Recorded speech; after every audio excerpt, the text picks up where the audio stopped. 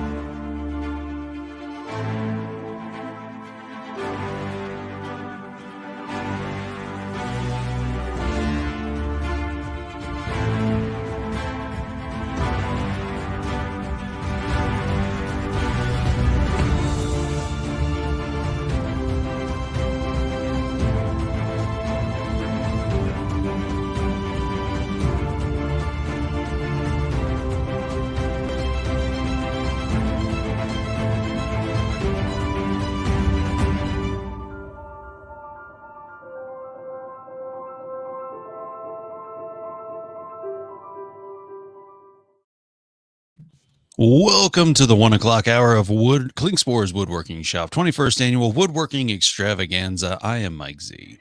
And I'm Chris. So happy to be here this afternoon. Looking forward to this. This is going to be fun. We're traveling across the world. Oh, yes, we are. And we are joined with Jeff.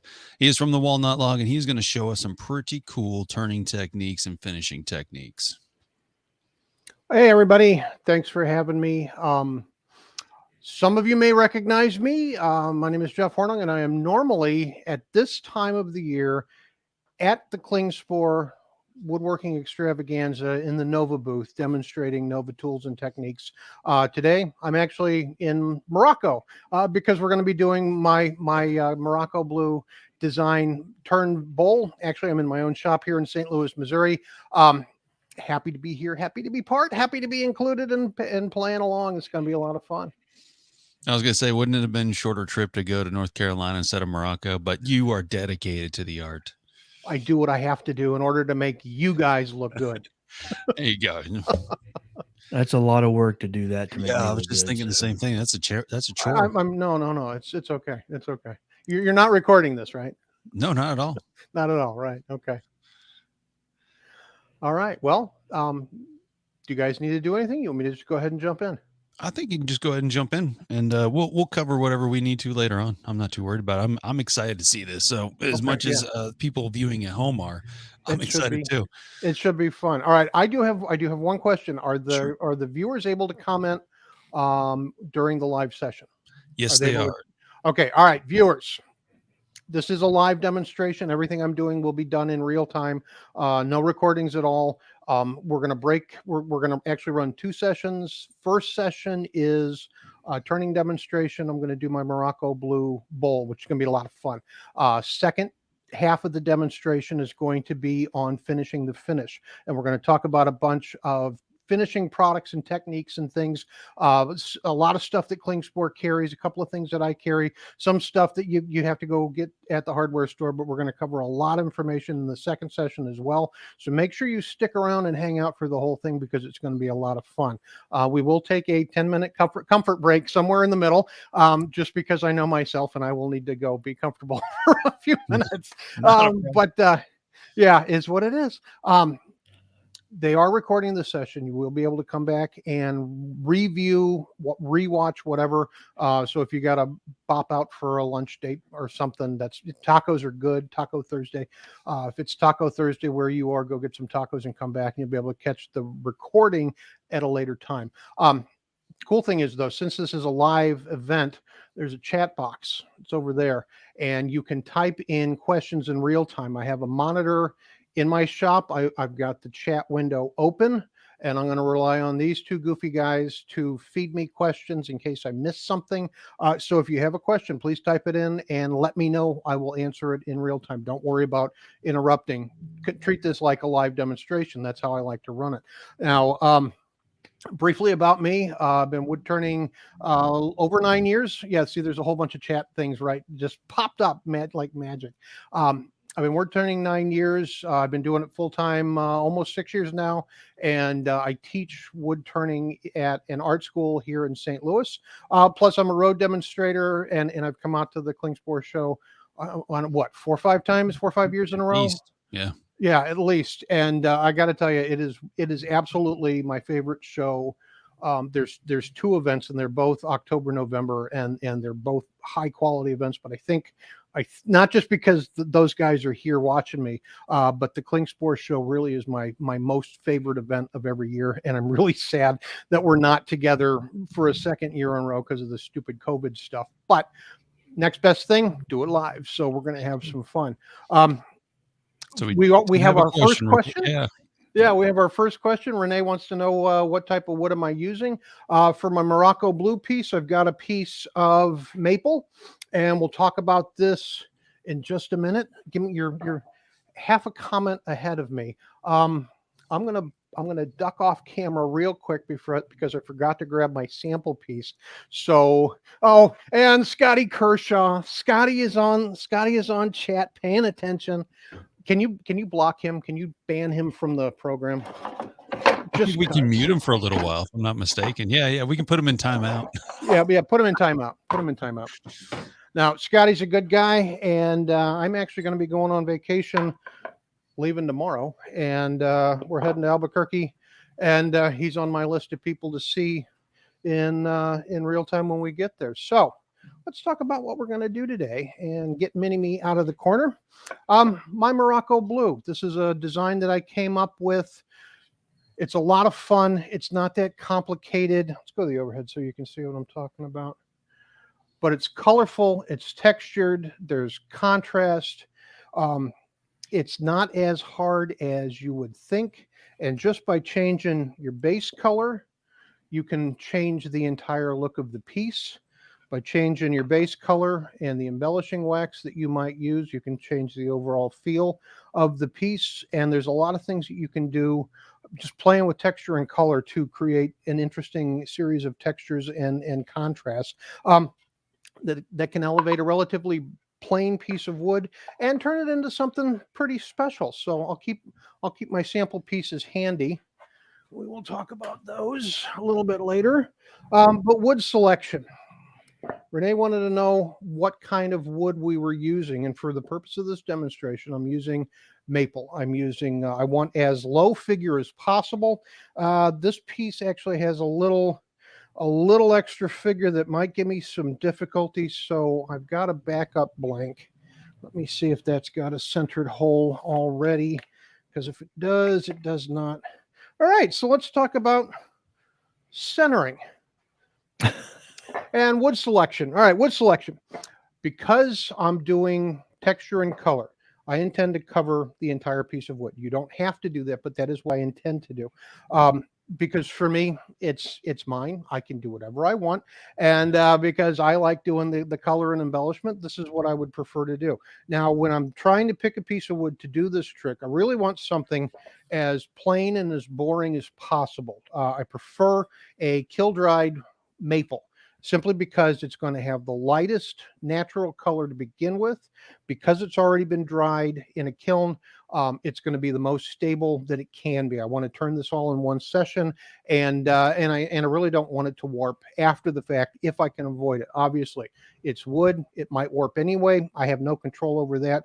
but I'm doing my due diligence to try and minimize the amount of warping that might come about simply because I started with a wet piece of wood, so I'm not going to do that. I want to start with something dry. And the other reason why I want to start with something dry is because I am applying color. I'm going to have the best reaction with the dyes on a dry piece of wood, that the wood will absorb the dye, which is how that process works, and the color will be locked inside. If the wood is still wet, fresh, green, whatever you want to call it, there might be some issues, some conflict with the coloration, and that's going to make a not very pretty piece. So I want to buy something. I usually purchase these blanks. I don't know if Klingspor's got the exact same rounds. I buy these locally, but I'm looking for just a plain, boring, low grade, very little figure, dry, hard maple. That's what I want to start with. If I have something like this, I can do the same trick, but I've got to be really careful with my finishing cuts, simply because there's a lot of grain going in a lot of different directions in this section. And because it goes deep, almost the thickness of the blank, I doubt I'm going to be able to turn it away. So I'm going to set this blank aside. I'm going to go grab my drill and my centering jig, because we're going to start from step 1, not from step 3. And this is the joy of doing these things live. There's always something you don't think about until. And it's okay. We've got you covered too. If we need to, you can, we can do some specials while you're doing that. Not a big deal. Yeah, there you go. Yeah, Are you running any specials? Are you running any specials on sandpaper? We may have 1 or 2, and that would be 15% off all abrasive discs from 1 inch to 24 inch, and anything in between, sheets, rolls, you name it. We will have all of those available. 15% off until the 23rd of October. Also, CA glues, if you're interested in CA glue finishing or just in general to use them, 10% off all CA glues and accessories. And the big one, that Jeff has not done yet, was write a book. 30% off all books and DVDs.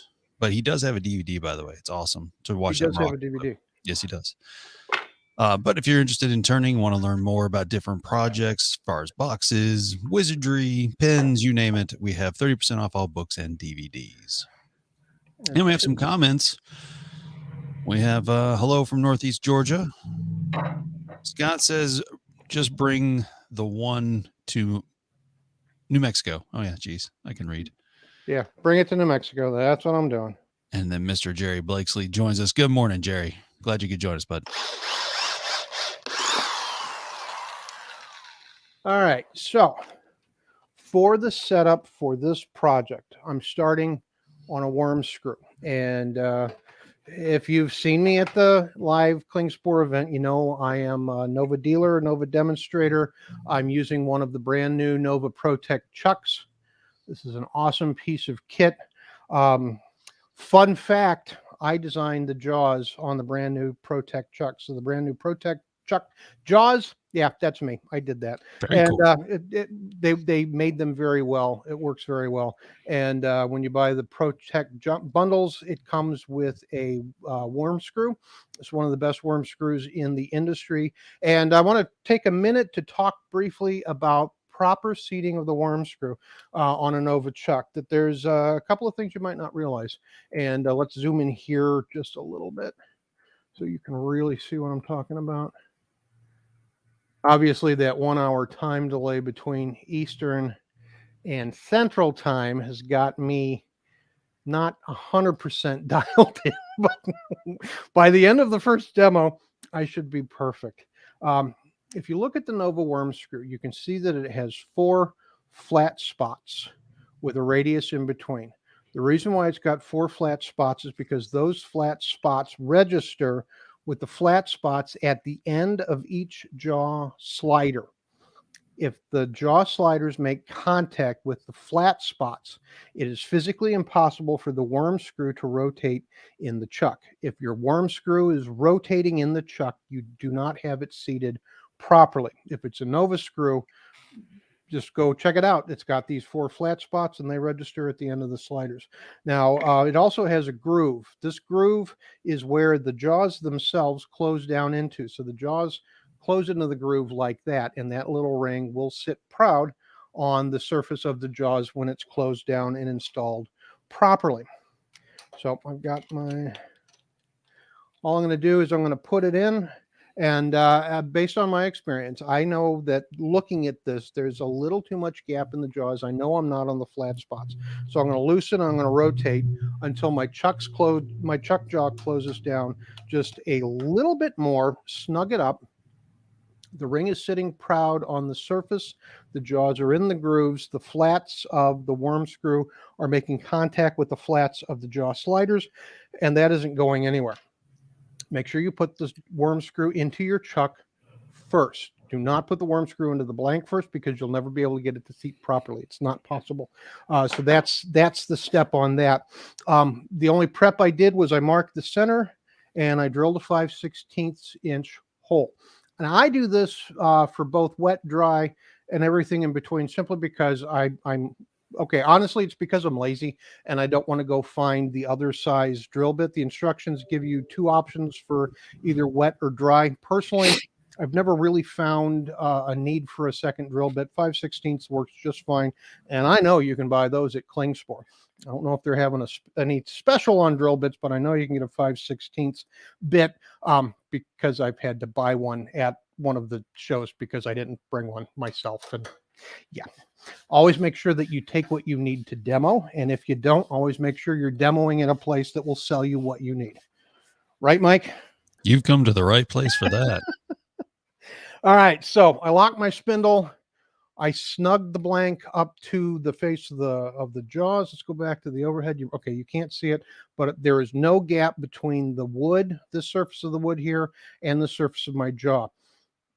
The only thing that the screw does is allow me to snug the wood up against the jaw. That here's the screw, here's the surface, or here's the jaw, here's the surface of the wood. That's where the support comes from. I'm not holding on the screw. The screw is allowing the jaws to provide the right support. But the only way they can provide the right support is if the surface of the wood is making firm, flat contact with the face of the chuck jaws. That's when I know that everything is lined up properly. I'm going to go ahead and bring my tailstock up. Even though I'm on a screw, I'm going to use my live center anyway. Anytime I can be between two center points, I am the most safe, the most secure. And at the end of the day, I don't know what's going on inside this piece of wood until I turn away some stock and find out. It might be perfectly safe and solid. It might be there might be a flaw, a void, a crack, super awesome burl figure. I have no idea. So I'm not going to risk any of my personal security by not utilizing a tool that's on my machine anyway. Until the live center becomes in my way, I'm going to keep it engaged for the process.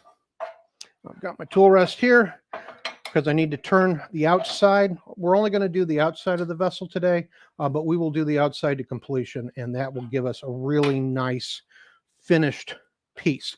Next thing I forgot was my face shield. It's over there. I will be right back. All right, and while Jeff goes and gets that, we do have the ProTech chuck. This is the Supernova 2. You can find this at woodworkingshop.com under the item number T as in Tommy as in Edward 23262. We also have the G3 version. Both of them are in stock. And we'll ask Jeff, what makes this version different from the original version? They look very similar, except for this one's a little bit more shiny. So what is the ProTech? What makes that different? It is more shiny, and that's a huge difference, honestly. And I think I've got... He designed the jaws. That's what makes it different. I designed the jaws. Come on, Mike, listen. The jaws are more better and more cool because me. All right, couple of things. Biggest upgrade on the ProTech chuck is, aside from the jaws, which we'll talk about in a moment, is the plating. They've gone with a brand new plating. This is truly rust resistant. I'm not going to say rust proof because I haven't tested it long enough and badly enough to determine if it's rust proof, but it is definitely an upgraded finish. It is much more rust resistant than anything that they've had before, and I think that's going to make a huge difference in the life of your chuck. The less you have to clean it, mess with it, remove rust, oil, whatever, the better the device is going to be. So if it has a better plating, it's going to give you a much better performance over the lifetime of that chuck, and I'm really pleased with that. They have changed the tightening and loosening direction. So the scroll direction is now righty-tighty. Novas traditionally have been lefty-tighty. And since I've been a Nova guy from day one, I need to remind myself that it's now righty-tighty. It's a little more natural, a little more intuitive. Righty-tighty, lefty-loosey. Lefty-tighty is awkward. To think and remember, especially if anything else that you use is righty-tighty, and that isn't. So they changed the scroll direction. They have upgraded the back plate on the Supernova 2, so there is less chance of material getting in there. But really the biggest difference is the chuck jaws. Let's go back to the overhead real quick, because I've got the old profile here, right? The bird beak. It's got a slight dovetail, and it's got a little bird beak right there that digs into the wood. And if you close the jaws too tightly, that bird beak can sever some of the fibers in your tenon. Expansion mode, no big deal, but in tenon mode, tightening mode, the jaw actually can do more harm than good. And because of that, Nova wanted to upgrade. So what we have done is we have put in a proper dovetail. So the first full 1/4 inch is a proper dovetail. Now, the thing here is when you're working with a tenon, the height of the tenon, the height is not important. That is not where the strength comes from. The strength comes from where it makes contact with the surface of the jaw face. The tenon height is simply to get you to a point where the wood is pulled into the chuck properly. So a 1/4 inch tall tenon, tall this way, sticking out that way, is all you need, as long as the diameter of that tenon matches the closed diameter of the chuck jaws that you're using. They have also added a series of serrations, and the serrations line up exactly with the upper edge of that upper dovetail. So you can use these jaws to hold already rounded spindle stock without any issue, that you just rough chuck the spindle stock into the jaws. You can allow the serrations to make contact and hold that piece. So these are definitely more functional, more well thought through. The jaw face itself is thicker, so a lot more metal, a lot beefier, a lot stronger, much more versatile. And while they won't put my name on them, I did design the inside of these. So that's my claim to fame with the Nova jaws. And I'm really pleased with the way they perform. Honestly, if I didn't like something, I wouldn't use it. I only use and sell the stuff that I personally respect, and I think that the new Protect series is worth it. Now, all that said, if you don't want to invest in a Protect, if you just want to get another chuck, Nova also has the Lite series, LITE, and those are they're no nonsense base model chucks, and they have the original 50 millimeter jaws with the bird beak. They will work just fine. Many of my chucks have that same setup. The Protect is just new and shiny and fancy, and I get a kick about telling people that I helped with that one. But the Klingspor should also have access to the Lite series as well, and a good option either way, going with Nova product. All right, so all of that said, let's go ahead and let's make sure that I'm not missing any questions. Are there any questions? No, Jerry said that he will buy the chuck if we give him the lathe. Okay, that sounds like a business deal between you guys and Jerry. I'm going to stay out of that one. All right, so the only other setup is face protection. I've got my handy dandy Klingspor face mask right here. I don't know if you guys are doing any sales on those. It's been logoed up for me. I believe we are doing 15% off select safety products, so that one I think is included. Okay. And seriously, all kidding aside, and I kid a lot, but all kidding aside, don't take your personal safety for granted. Things can go sideways in a heartbeat. And seriously, this is all I have to work with for the rest of my life. And I can't risk being any uglier than I currently am. So I always wear a face shield. And I had a student in here, and he mucked with my face shield. I have a large noggin, something I'm proud of. And I got to tell you, this shield does fit nicely. I'm happy with the way it fits. Basically, if it's too narrow in the face, I get really uncomfortable, but this one fits just fine. All right. And it's going to keep me safe. It's going to keep me protected. And I can have the microphone on the inside, which is kind of cool. All right. Because like I said, things can go sour really fast. And if I'm not prepared with at least a face shield, I could run risk of injury or more severe. And turning is my life, so I don't want to do anything that risks anything. Now, I need to quickly rough and shape the outside of my piece. Lay speed down because it's a new mount. It's not going to be perfectly balanced.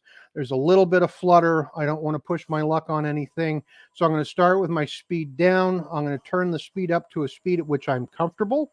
And I'm not going to tell you what speed it is because speeds that I'm comfortable working at might not be speeds that you're comfortable working at. And that's okay. You don't have to be comfortable at my level of comfort. Don't worry about it. Turn on the speed at which you're comfortable. Now, I've got I'm starting with a big gouge. I'm actually starting with a 3/4 inch bowl gouge, mostly because I want to remove a lot of material in a very small amount of time. And I just got this one myself, and it's an enormous amount of fun to turn it because it is so large. Bigger isn't better. Bigger sometimes can be more fun. We'll just leave it at that. But even though it's a roughing tool, I can get really good contact from the surface of the bevel and hog out material to get this thing balanced as quickly as possible. Just doing a series of pulling cuts to remove material. And as necessary, I'm going to move my tool rest closer. Always turn off your machine when you move your tool rest. I am just giving you an example of what not to do.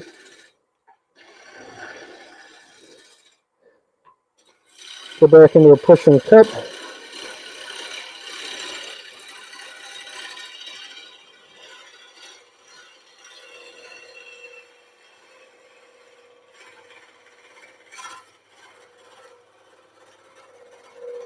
And I can just walk that right up the edge. All right, let's talk about design real quick. And I also want to check out things and see if there's anything in here that gives me concern. Like the piece that I rejected to start with, I'm seeing some figure that may distort some of my texture. We're going to roll with it because this is a demonstration piece and that's all right. Design. Because I'm going to be using the Sorby texturing tools on the entire outside surface as well as the entire inside surface, the best way to shape the vessel is in more of an open form. I want a wide open vessel. It's going to give me much easier access to the entire surface of the outside, much easier access to the entire surface of the inside, and allow me to do some really cool things with the texturing tools. Now, the reason why I don't want to do an enclosed form is mostly because once we get to the inside, it gets a little challenging. You're very limited by the shape of that enclosed form, and that could give you some design issues. Since we're doing this, my goal here is to create the illusion of a piece of pottery, a piece of ceramic or porcelain with that blue and white coloration and all of the texture design. So I want to go with a form that would be made if this was an actual functional piece of pottery. All right. Now I've switched to a 1/2 inch bar bowl gouge, 1/2 inch bar, 3/8 flute. I know you can get the entire Robert Sorby line at Klingspor. And I'm going to use a smaller tool to start dialing in my shape. I want to have a nice shape across the bottom. And I'm going to determine how I'm going to hold it when I spin the piece around to hollow out the inside. Now, like I said, I'm only doing the outside of the vessel today. I'll do the inside at a later time, probably after I come home from vacation. So I'm not going to worry about that now. But because I'm doing color work, I want to do the entire outside start to finish. I will create a mortise, a socket in the bottom, and use my jaws in expansion mode to hold this piece when I flip it around and do the inside. The reason why I want to do that is if I use a mortise and I shape that mortise properly, I will be able to finish the color on the outside, not have to worry about going back at a later time, removing a tenon, finishing the bottom. The main reason why I like to do that is because I don't want to risk the color work that I do on the inside by having to go back and reverse turn this to finish the bottom after the fact. So I'm going to use that socket. And all I need to worry about is making a socket that matches the outside diameter of my chuck jaws when they're almost completely closed. Easiest way to do that is to grab a set of vernier calipers, which you should be able to buy at Klingspor. And seriously, if you're a wood turner, you don't have a set of vernier calipers, what the heck are you doing now? They're just starting out and they didn't know they needed them until just this minute. All right, well, that's fair. And if, oh, there they are. I was almost going to need to have you guys stall for me. Again, the joys of doing live demonstrations. The cool thing is I'm in my shop and I know where my stuff is. All right, now you can't see what I'm going to do because I don't have the camera quite over to the far side, but I'm going to take my vernier calipers and I'm going to measure the outside diameter of my chuck jaws as they are. They're almost completely closed because they're holding that worm screw. And I'm going to get that measurement and lock it in. If you're working with a Nova chuck with the standard or the ProTech 50 millimeter chuck jaws, your outside diameter is 2 1/8 inches. That's the size of the socket. That's the smallest size of the socket that I want to make. I don't want to go any smaller because it won't fit. I don't want to go too much larger because the larger the socket, the wider open the jaws need to expand. And the more those jaws expand, the more likely the jaw profile is going to turn into a radius square instead of being just a solid circle. So you got to keep that in mind. Now, I'm not gonna determine the actual socket just yet. I'm giving myself a visual reference here. We'll talk about making that opening size-wise in a few minutes. Let's see. Oh yeah, Jerry said sharp tools make a huge difference. Jerry, they do. I'm sharp. I sharpened everything before I started. I got a couple of backup tools and the grinder's right over there if I need it. So an almost sharp tool is just that. It's almost sharp. When you're at the lathe, when you're in your wood turning studio, the grinder is the most important piece of kit.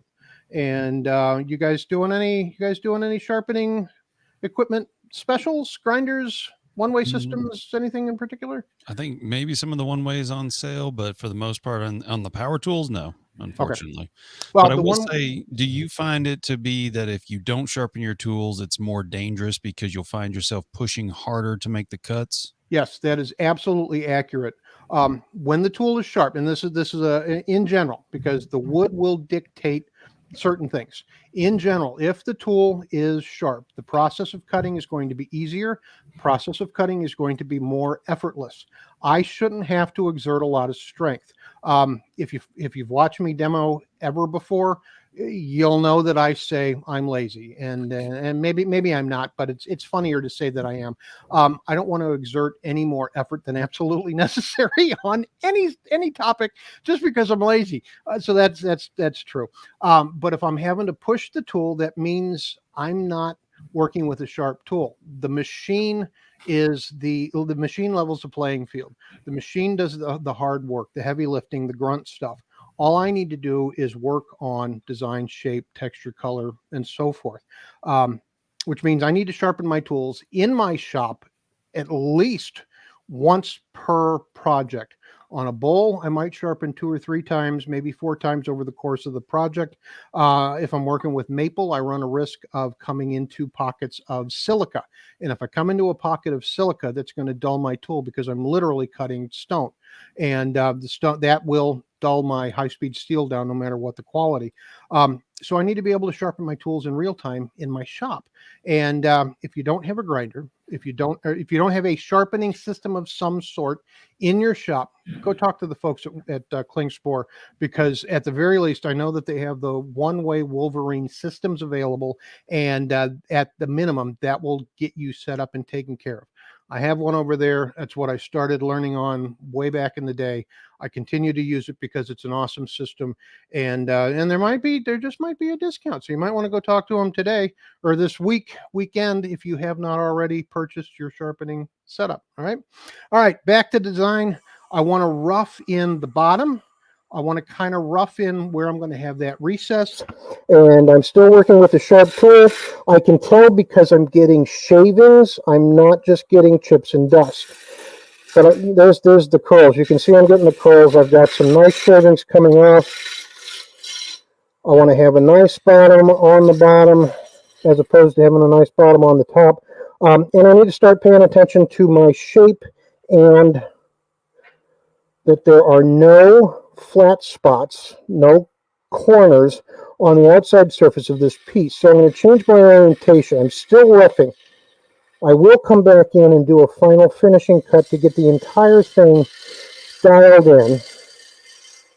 But like I said at the beginning, I want to keep my tailstock engaged for as long as possible, simply for safety and security.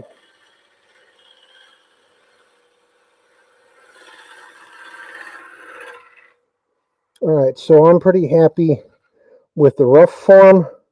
I'm not happy with this, but there's not a lot I can do about it. Now, there's actually there's a divot right there. I can catch my fingernail in there, and that's going to throw the overall look of the texture when we're done, but there's nothing I can do about it, and that's all right. All right, now, because I'm working on a long bed lathe, I can get my tool rest and my live center way out of the way, and I'm not likely to get my elbow caught and punctured. If you're working on a shorter bed lathe, make sure you take the live center out of your tailstock, because if you don't, you'll find it with your elbow, and then it hurts. All right, so the next thing I want to do is I want to go ahead and finish turning the outside. So I've got the tool rest out of the way. I'm changing my body position, and I'm going with a pushing cut along the entire surface. And the reason why I'm doing this is because I don't want any flat spots. I don't want any hard corners. I want a nice, even, flowing surface. And as soon as I get to a point where I lose support from the tool rest, about there, I need to stop the machine, change the orientation of the tool rest, and finish that cut out here. All right, and you might be able to see the difference. Let's see right there. All right, so you can see the chatoyance. I'm coming in, I've got a little end grain tear out here, right? This is the end of my grain. Grain is running perpendicular to the lathe, and I can feel and see the ends of the little grain soda straws here. Where I did my finishing cut, I don't have any of that end grain tear out.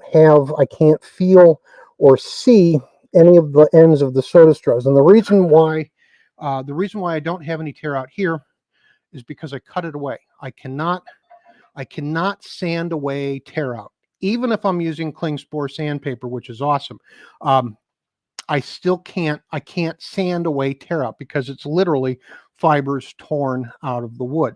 I can only cut away tear out. And that's what I need to do. That's why I'm doing this finishing cut, is to get wispy shavings and eliminate any of that tear out. And I run a high risk of tear out on both ends of that end grain. Okay. So make sure you work on that tear out with your cutting or scraping tool. Don't try to sand away tear out simply because you cannot. I can sand away tool marks. I can sand away speed bumps. I can sand away corners. I cannot sand away tear out.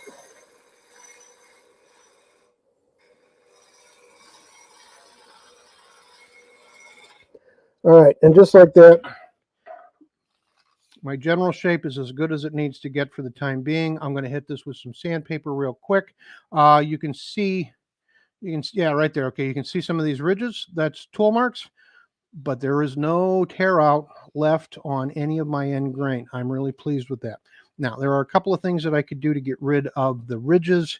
I could go into a shearing scrape if I wanted to, and that's where I'm working with the bottom of the bottom wing of the tool with the flute presented towards the surface, and that can give me a nice surface there.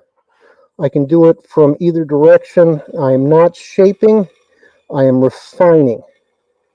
And this is called a shearing scrape. I am using my cutting tool as a scraper, and I'm getting really wispy angel hair shavings, and that's what I want to see. I'm always paying attention to the quality of the shavings that's coming off of the tool, because the quality of the shavings tell me way more about the process. All right, I'm getting some vibration there. Tool rest is in the wrong position. I was being lazy and trying not to change it for the sake of timing. All right, pretty happy with that. All right, now let's talk about making that socket. Let's go to the side shot there. I need to make a mortise. I need to make a recess. There's a couple of ways we can go with the setup. Grab a pencil here real quick. All right, normally I would take my vernier calipers and I would hold them up against the bottom. I turn on my machine. I would make contact with the point on the left. I never want to make contact with the point on the right, because if I make contact with the point on the right, the wood is going to get angry. It's going to grab the tool and it's going to embed the tool in my chest. So never put 2 points of your vernier caliper on the surface of the wood at the same time. Never put the rightmost point on the surface of the wood, because you will impale yourself. I have not researched that. I do not wish to, but normally I would simply use my vernier calipers, touch one point, the left point to the wood, scribe a groove, and adjust the calipers side to side until the right point is hovering over that groove.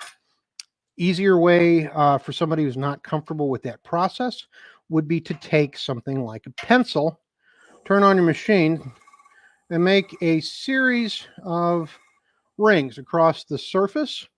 Turn off your lathe, stop your chuck, grab your vernier calipers, hold it up against the rings while the lathe is not running, and figure out which ring is closest to the diameter of those calipers. All right. I just realized I forgot another tool. So if you guys want to remind them about the so we got a couple of questions. Well, we got a couple of questions for you. First, Jerry says that, remember, the people at Klingspor are not just retail employees. They are also woodworkers and have years of experience behind them. Ask questions, get great advice. Thank you for that, Jerry. We forget to mention that most of the time. Scott asks, on your foot, even though the recess still needs defined, do you have a slight reverse curve to lift the vessel, or am I jumping the gun? Good question. And yes, I do. Let's see. You can't see it. You really can't see it, but there's a slight concavity. I made a slight undercut, and I do this. I always do this. Never try and create a flat bottom on any turning, because wood moves. Wood always moves. It doesn't matter how dry you think it is. Dry wood will react to the relative humidity wherever you are. And even the folks that live in Arizona who don't really have relative humidity, if it rains, the wood's going to move, because it's going to immediately absorb that any moisture that's free and in the air. Because of that, if I try to make a flat surface, whether it's a wide bottom or a little foot, if I try to make it dead flat, in 2 weeks' time, it is not going to be dead flat, and no amount of sanding, even with Klingspor sandpaper, no amount of sanding will allow you to dial that back into a flat surface, because wood moves. If I undercut slightly, and I just used my bowl gouge and I made a slight undercut, okay? If I undercut slightly, the piece will only ever sit on a very thin ring of wood, a very thin razor's edge of wood. So when it warps, and it will, I will always have at least 3 points of contact, which means it will not wobble on the table. and that's the biggest thing that you have to watch out for when you're doing turnings is you have to remember that the wood will move no matter where you are, no matter how dry it is. It's always going to move. Take that into consideration. Always undercut your bottoms, or put a very tiny foot, 16th inch foot on the bottoms. Give it something very small to sit on. Even if it's got a wide base, give it something very small, a very small edge to sit on, and it won't warp it won't wobble when the wood eventually warps, and the wood will warp. All right. All right. And then also Roger Cash asks, question, dovetail on tenon for ProTech jaws. Dovetail on tenon for all Nova jaws. I don't care what the instructions on the original, the classic 50 millimeter jaws say. Trust me, if you do a dovetail on the original jaws, it will fit better. You won't damage the wood as much. The ProTech is a true dovetail for the first 1/4 inch, and that's really all you need. That's really the only height of the tenon that you need.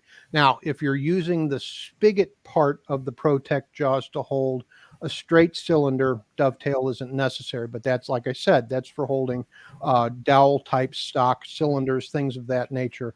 So match your holding point design to the project that you're working on. But yes, dovetail for the first 1/4 inch.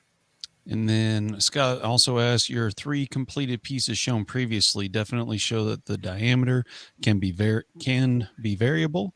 What diameter have you there? Where am I at? Sorry about that. What diameter have you found to be the best balance between shape, time, and texture? Depends on, it's not a cop-out answer. It depends on the shape of the vessel. Let me grab those pieces. Ultimately, I think I prefer whatever's going to give me the best overall shape. And because I'm going with, let's go to the overhead here, because I'm going with a classic open vessel. This is a classic form, just a nice radius bowl form with a slight reverse curve at the foot. Because I'm using this particular shape, a smaller socket with a smaller foot is going to be the best option for that design. Now, if I'm doing, this piece is a demonstration piece, and the reason why it has a much larger socket is because I returned this in early 2020 before the COVID shutdown when I was doing the traveling woodworking show. So this bowl has been turned 5 or 6 times. It started out about 14 inches diameter, and now it's about 5 inches diameter, and it's got a 4-inch socket. So I will never put this out for sale because the proportions are wrong.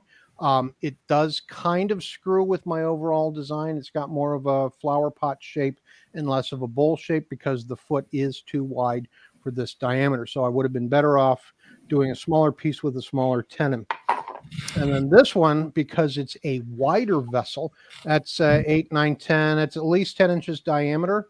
Because it's a wider vessel, it does have that 4-inch socket, but it doesn't mess with the overall shape because the piece is wider. So the size of the socket that you use is determined by the shape and design that you're trying to apply it to. If you've got questions on bowl design, what's good, what's not good, what's super good. Mike, do you guys carry any of the Richard Raffan bowl turning books? We do.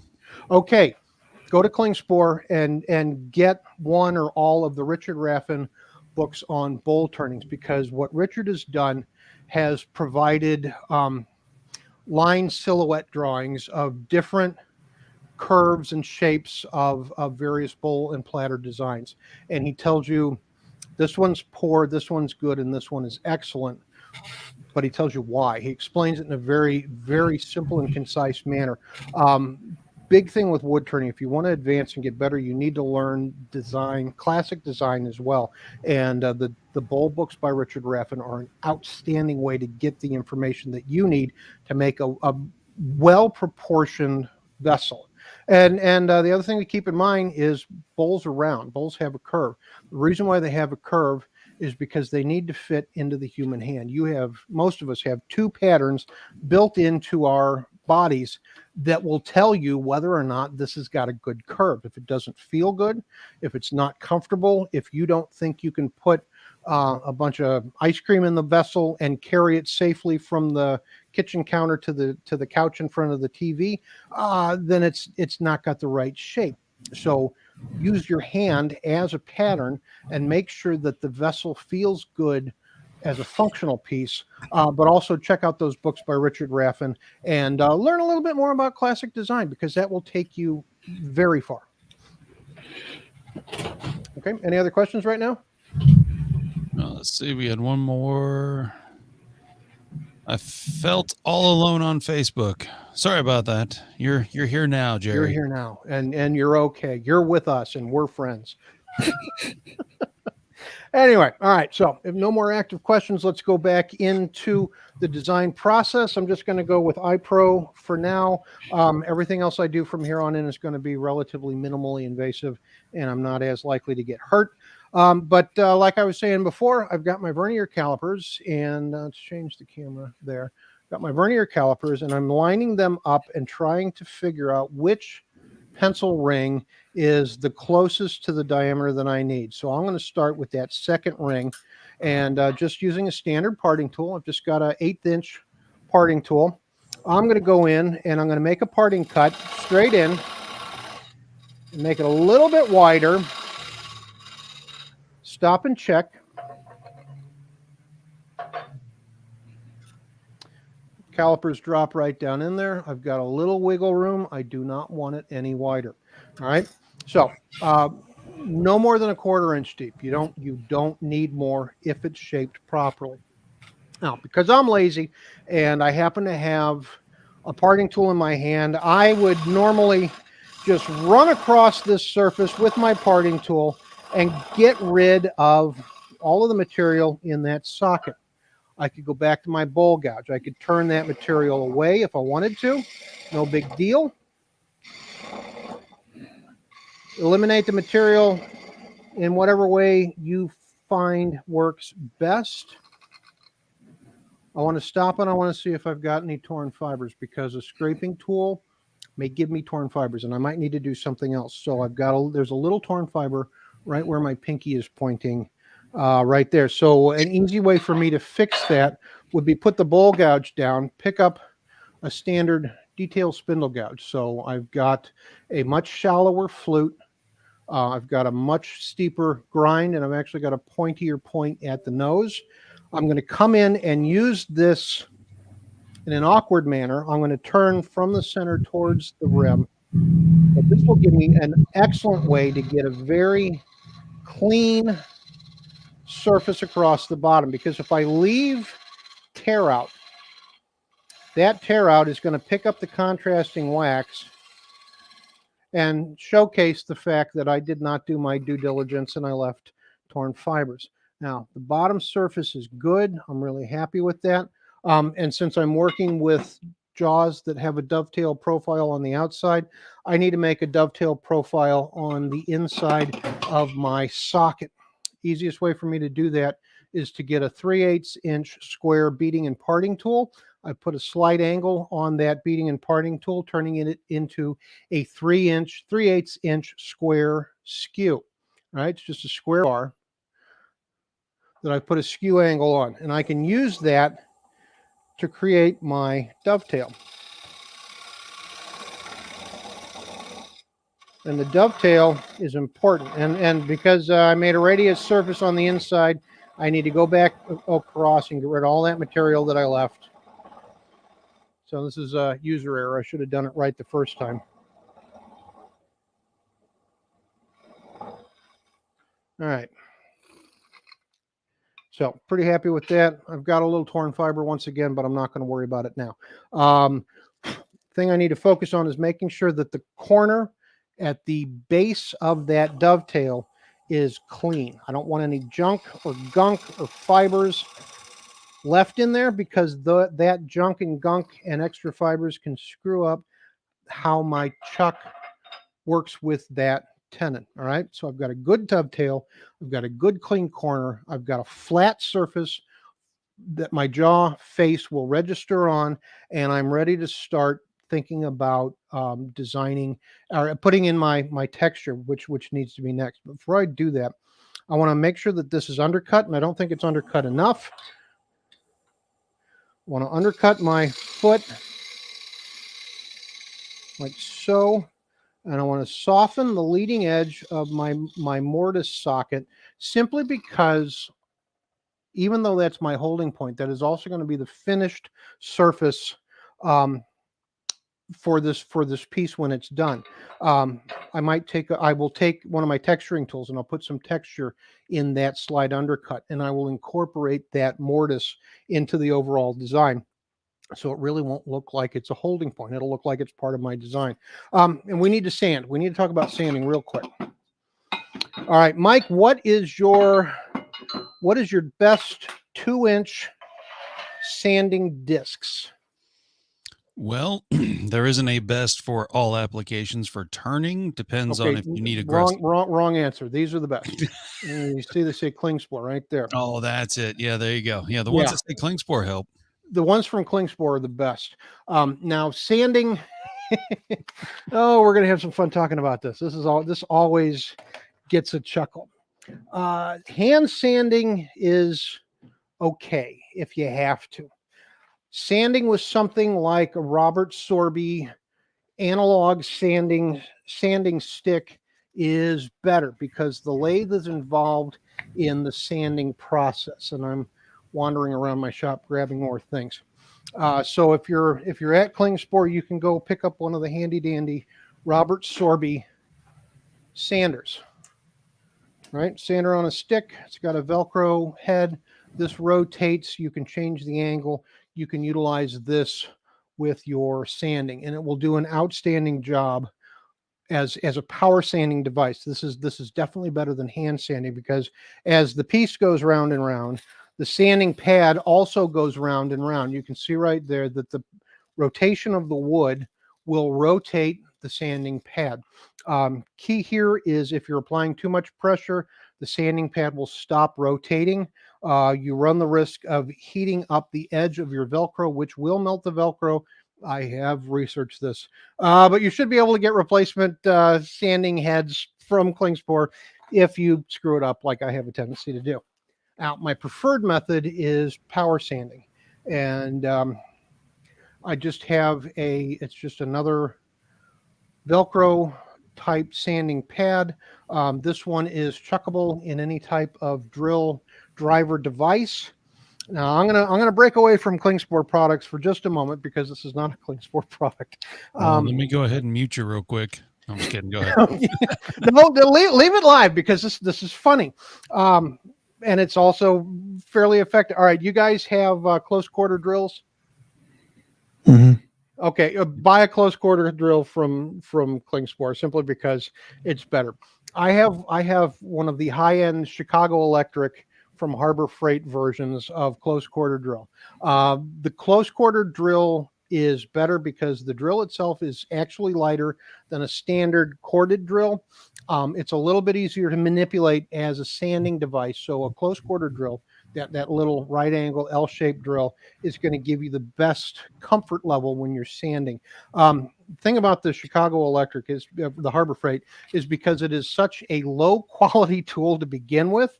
My arbor is getting loose, so every time I use it, the arbor gets more wobbly, which is turning a really cheap tool in kind of an interesting random orbit sander, which may be giving me a slightly better sanded surface. I would not recommend these, because this is not lasting as long as a decent quality one from Klingspor would last you. And Mike, I'm actually probably going to need to buy a new one, because this one really is crap. I've cracked the housing here, dropped it one time too many, and it's starting to give me issue. But Klingspor sanding pads, this really is the best out there. I like their 2-inch. I like their 3-inch.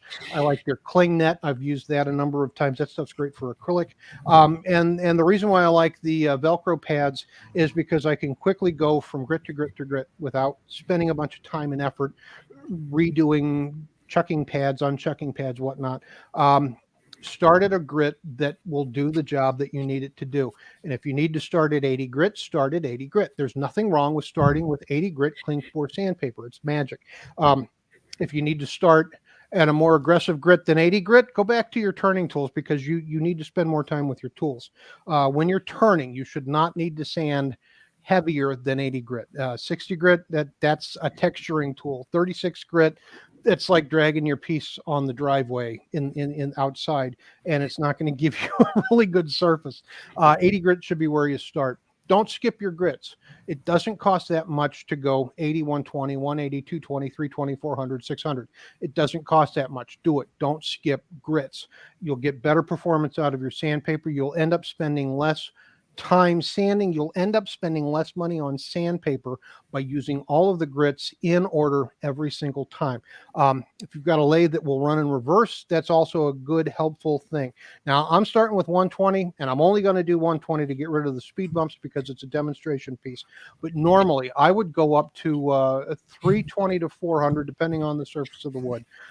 Because I'm doing texture, I want to sand before I put the texture in. That way, the high spots of my texture are already sanded, and I don't risk ruining the impact of that texture by sanding it down after the fact. So I've got 120 grit Klingspor sandpaper disc on a sanding pad. The lathe is running in forward, so it's rotating counterclockwise. I'm holding my sanding device underneath because it's more comfortable. I'm letting the wood come to the sandpaper. I'm not trying to force the sandpaper onto the wood. So real quick, if you want to mute me while I do this, that's fine.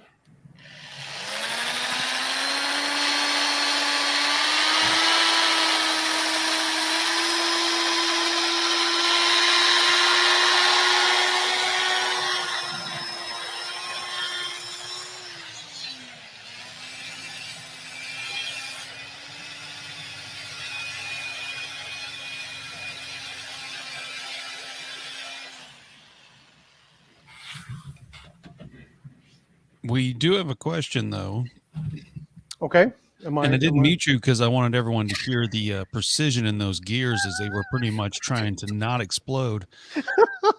So, yeah, I don't know if you could tell, but it really was. I was really struggling. It's gone past the point of functional. So before you send my next order out, we need to talk. It's time, Jeff. It's time to let go of the Chicago Electric. It's the high end freight. So, do you prefer non-scalloped disc to the scalloped ones? That's a good question. All right. So some of the discs are just round, right? Some of them have scallops around the edges. I personally prefer the non-scalloped sanding pads, but this is personal preference. It has nothing to do with the quality. One is not better than the other. This boils down to your personal preference and what you like to do. The reason why I prefer non-scalloped is I don't want to run the risk of doing something like sanding the inside of my dovetail recess with that scalloped edge. Or sometimes, like here at the transition, let's go to the side shot. At the transition from the bottom onto the sidewall, I've got a little bit of an undercut, and I feel that I have more control on crispness by using the non-scalloped. But again, that's 100% personal preference. No right answer, no wrong answer. Just try them both and figure out what you like best for the application. I prefer non-scalloped. It doesn't make it the best. Okay, and then also Gary Taylor would like to know which Richard Raffan book did he refer to, as there are several. I think all of the bowl turning ones. He's got a couple that are specifically about bowl turning. When we take our comfort break, I will go grab. I've actually got one sitting on my desk in the office that I was talking to somebody else about, and I'll try to remember to run and grab that when I'm inside. I remember the one about details as far as design go. There's one called The Complete Illustrated Guide to Turning by Richard Raffan. Yeah. And that one there is, if I'm not mistaken, had a lot on the advanced technique and design of the bowl itself, like what you were talking about. Yeah, it's got those line drawings in there, which I found to be incredibly helpful. All right. Okay. Any other questions? Nope. Scott's letting you know that he has a power sander you can take back to Missouri if you'd like. Okay, a power sander from Klingspor that I can take back with me. Word your answer right, Scott, or you're going to get kicked out. He goes in timeout. Yeah, there you go. All right, let's talk about texture, because that's what we're going to do next. Let's talk about texture. Go to that one. Get Mini-Me out of the corner. I don't know how many of you guys were watching when Daryl was doing when Daryl Jones was doing the Robert Sorby texturing demo. He talked about a bunch of stuff, and I know he talked about texturing tools, but I don't think he did a whole concept project, which is what I'm going to do. If you watch that, you're going to know some of this stuff. Hopefully I point out a couple of things that he forgot. We'll see. Let me know at the end if I mention anything that he forgot. And I've got both sizes of the Sorby tools. I have dropped something as well. All right, you guys have any sales on the Robert Sorby texturing tools? Unfortunately, not this time. On the tips, I believe we do, as far as the insert tips go, and on maybe on the spiraling texturing tools, but like the actual tips, not the tool itself. Okay, all right. Do you guys carry the Wagner style texturing tools? We do not. That's just jumping off of that. We are dropping everything. You guys carry the Wagner style, the knurling tools? We do not. Okay, then I will not talk about those. Wagner style tools. Oh, I don't sell them, but I use. I'm the texture guy. I do a lot of texture on a lot of pieces. And so I've used almost everything. Now, what we're not doing chatter work. Huge difference between texture work and chatter work. Chatter work is for end grain only, because you need the ends of the soda straws to actually create a vibration on the tip of the metal tool, which will make that tip flutter and chatter, which makes the pattern on the wood. It's not what we're doing with the texturing tools. With the texturing tools, we can do end grain, but we can also do side grain. And the biggest difference is we have these tips that rotate. Okay, so this is the large size Sorby tool. It's got it comes with a series of different cutters that will rotate. Small size series of cutters that will also rotate as well. So we're not relying on the end grain to create a chattering effect from the tool. We're actually cutting and embossing with rotary tools that are powered by the rotation of the lathe. Now, we need to talk briefly about setup, and a lot of people don't get this part straight out of the package. When I'm doing texturing, I take when you buy one of these, it comes with a platform. The platform is useful and helpful for certain activities. For what we're doing now, it's going to get in the way. If you're doing texturing on cross grain work, where you're doing a number of different random texture patterns, take that platform off, because it's going to get in your way. You don't need it for what we're doing. If you're doing spiraling, long spirals like the length of a candlestick or a goblet stem or something, where you actually want to have a really nice long spiral, that's where you need that platform. It will give you a huge advantage. It will lock your cutter in a specific orientation and allow you to do wonderful things. For texturing, however, since every single application is going to be a little bit different, we would have to loosen and adjust and tighten, make the cut, loosen, adjust, tighten, make the cut. And it would make the entire process take ages instead of minutes. So take that platform off. You can always put it back on later. And straight out of the package, the only modification to the large set is I remove the platform and put it in a drawer so I wouldn't lose it.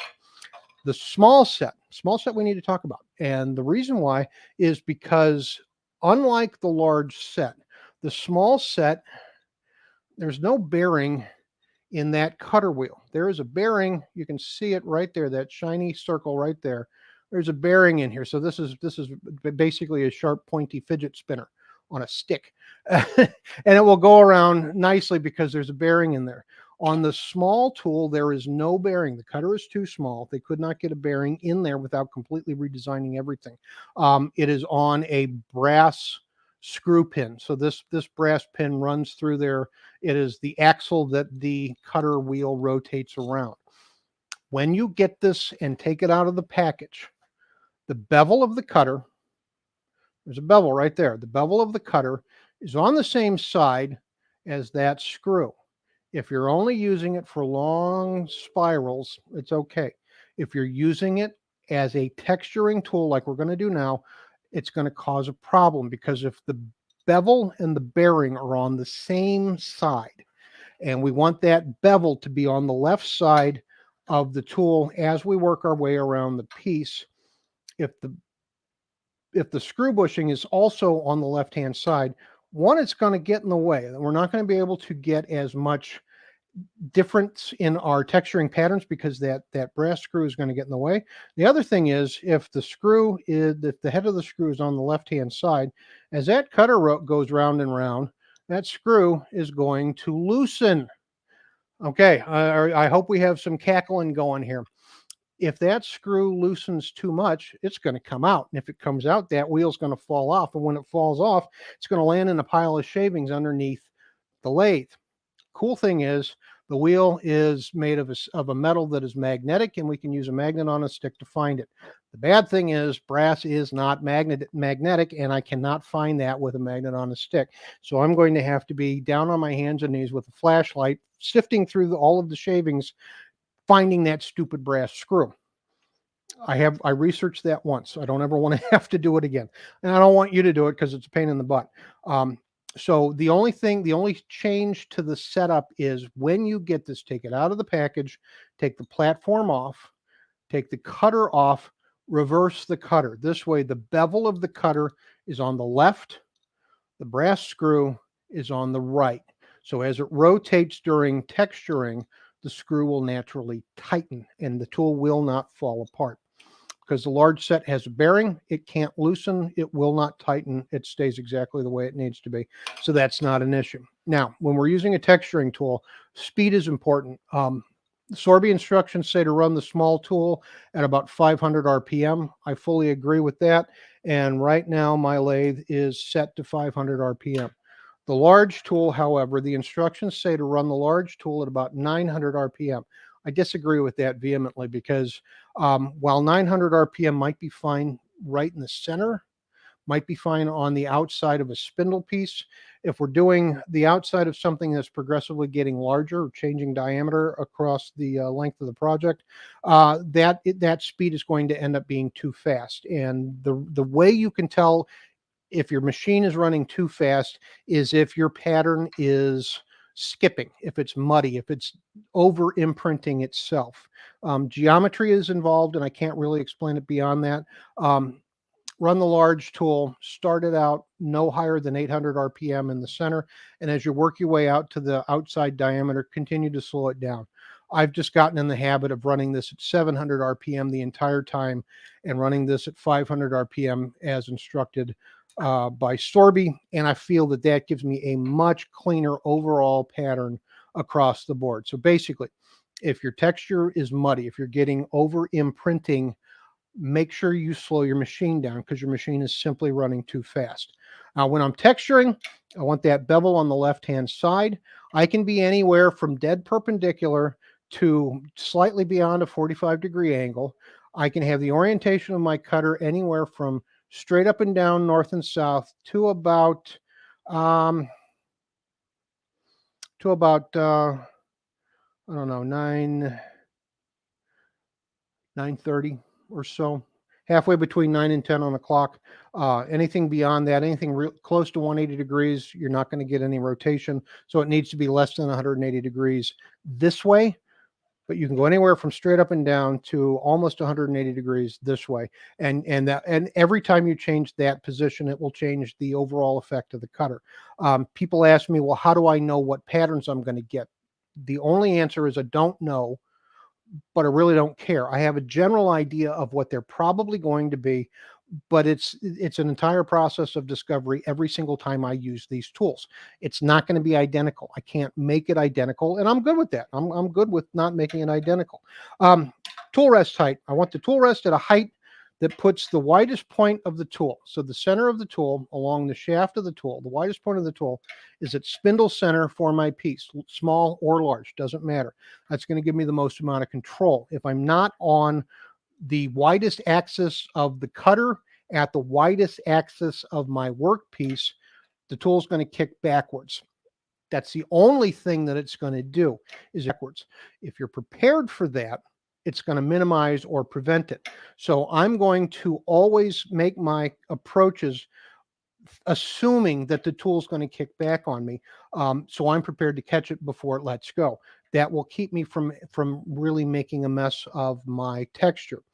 I always want to start to the left of center and work my way around to the outside. I will change my tool rest orientation as I go. Make sure there's enough gap in between the workpiece and the tool rest for your cutter to spin freely without bumping into the tool rest. So if I go to the big one, I'm going to have to move my tool rest back, right?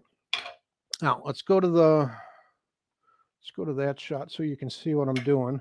All right, so my hands won't be in the way if I'm in my preferred position. And just a reminder, this camera here is at a slight angle. So we're coming down at a slight angle. So my cutter is currently straight up and down, north and south. I'm coming in at a slight angle, but it looks like it's rotated. All right. So I will tell you, I'm straight up and down, north and south for the first pattern. And I'm about a 1/16 inch, about an 1/8 inch to the left of center.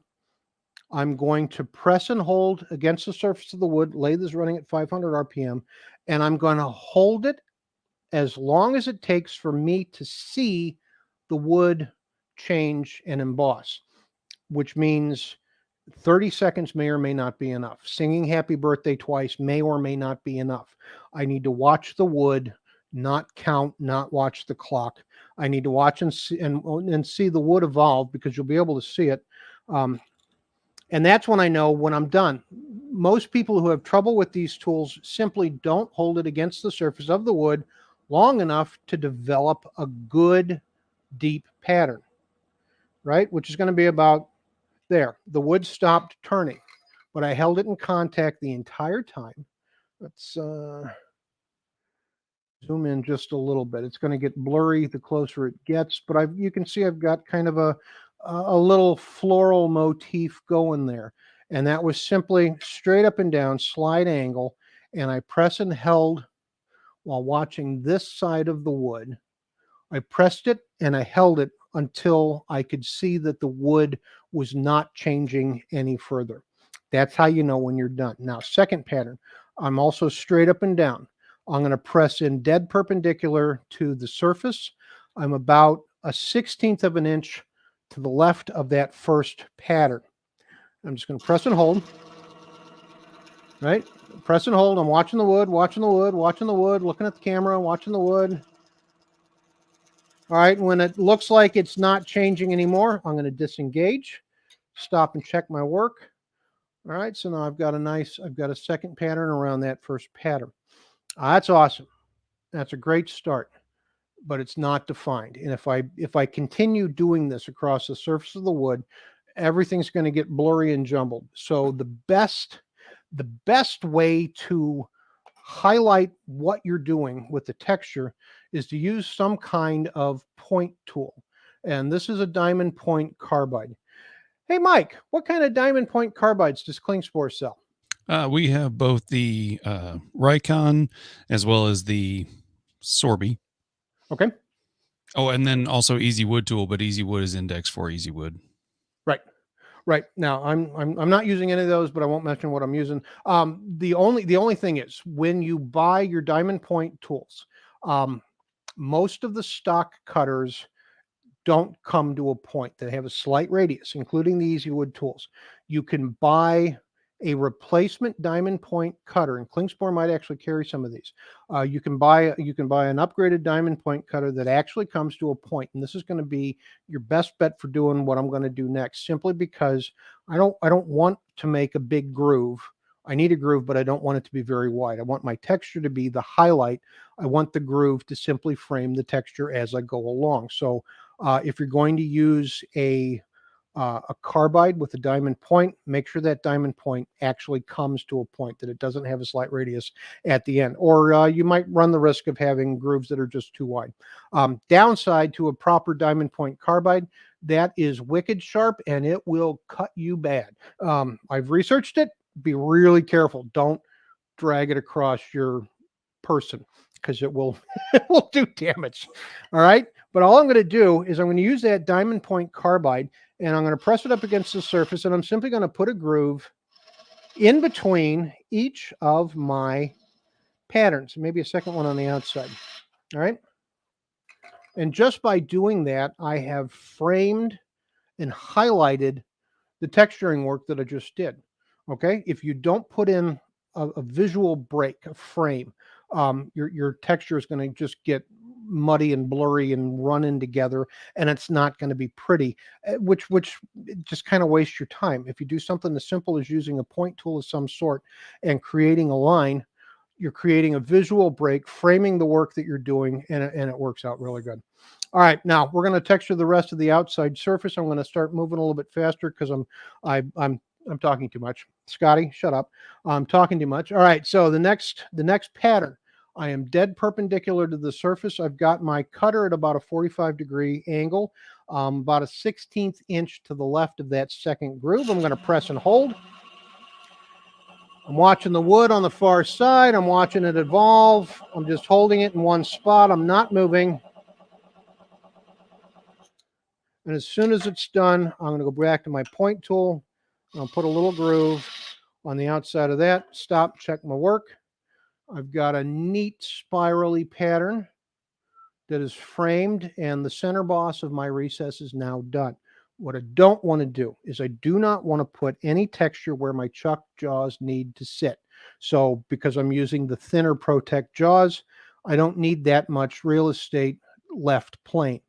I'm not going to do anything on my dovetail because the dovetail needs to be perfect. If I was using a jaw with a wider face, I would leave a wider bare spot, but it's all going to be colored. It's all going to get contrasting wax. It'll look great. It'll look exactly like it's supposed to be, but I won't jeopardize my holding by putting texture someplace that I shouldn't have texture. Now, moving on to that undercut foot, I want to put a couple of lines in. Back my tool rest out a little bit. I'm going to go back, same tool, same cutter, slide angle, but dead perpendicular, pressing and holding.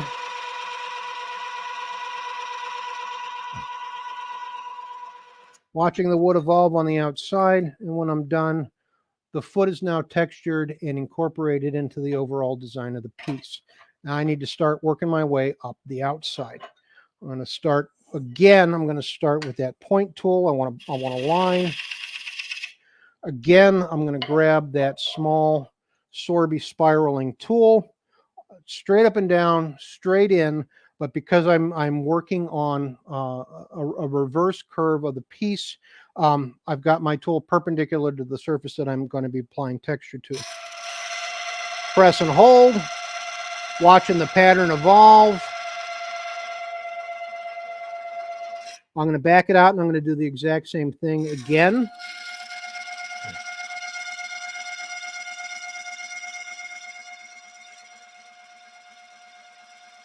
I'm going to back it out and I'm going to do the exact same thing again.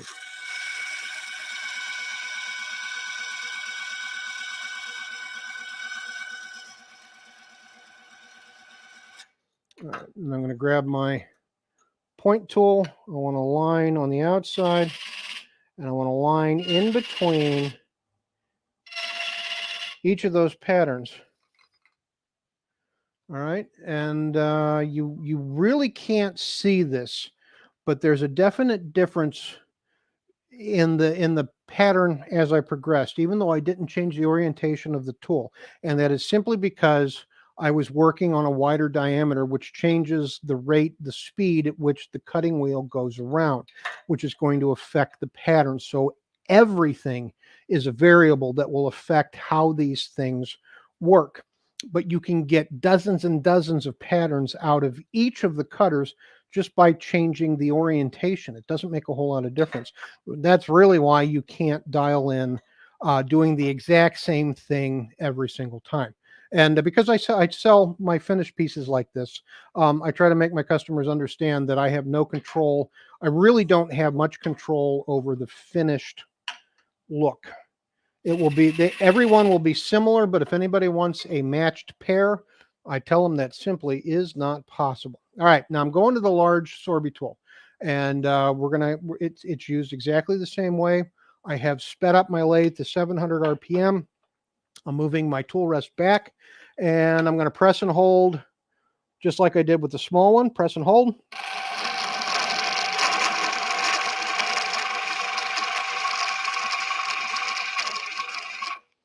Make a line or two. You can do as many lines in between as you want. That's totally up to you. Stop and check my work. Because it's a bigger tool, I have a bigger pattern. All right. Moving forward, same tool. We're going to change orientation just a little bit. Perpendicular to the surface, I'm going to go at a greater angle.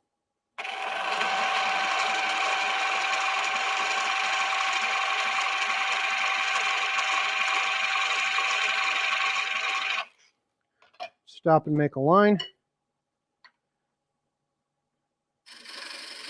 or two. I'm going to do it again. I'm going to hold this straight up and down just like I did with the small one.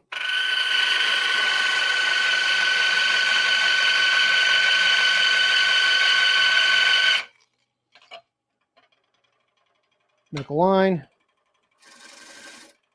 or two. Stop and check my work. All right, so I did two patterns here. Okay, I think you can see this. There's a double print here. And then all of a sudden it goes into a triple print. All right, and then it goes into just a print. My lathe is running too fast for the large tool at this diameter. It's already showing that it's running too fast, but you can tell that by paying attention to the quality of the pattern that you're getting. I don't have any skipping on the larger spiral. I'm pretty pleased with that, but I can see skipping on when I was holding it straight up and down and dead perpendicular to the surface, which means I need to pay attention to my lathe speed when I'm using that tool. Now we're getting into a section of the vessel that I call the transition, and this is an area where I'm not working on the bottom plane. I'm not working on the side plane. I'm working on a transitional zone. And the issue with the transitional zone is I've got way more end grain fibers being presented here. I run a much higher risk of creating tear out with my texturing tools, and that's a bad thing. It took me a while to figure out what to do in this transition zone, but I do it on every single piece. I do it on the outside. I do it on the inside at exactly the same transition in the curve. And the reason why is to eliminate that tear out. And the tear out, it simply is because I've got way more end grain than I do side grain. This is mostly side grain. This is all side grain. This is transitional grain. So there's a lot more end grain being presented. And that's where my tear out comes from. You can see on this piece, I've got a wide band of a different texture on the inside. I've got a wide band of that same texture on the outside, and they're all in that transitional curve area.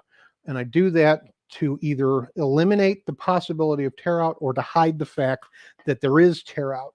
And because we've got this weird grain thing here, it's also going to help me camouflage some of that. I would have rejected this piece as a candidate for this particular type of work simply because of that bothers me, but demo piece, it is what it is. And but for what we're trying to do here, the best cutter for the large Sorby set is the one that has a double bevel. Up to this point, we've been using cutters that only have a single bevel on one side, flat surface on the other. This tool has a bevel on one side and a bevel on the other, so the ends of my cutters actually come to a point. This tool is supposed to be used primarily straight up and down. Cutter is north and south and dead perpendicular to the surface that you're working. The advantage that this cutter gives me is because it's creating a random texture, I can move my tool side to side, where these other single bevel tools, I really don't want to move them much. They become very hard to control if I move them.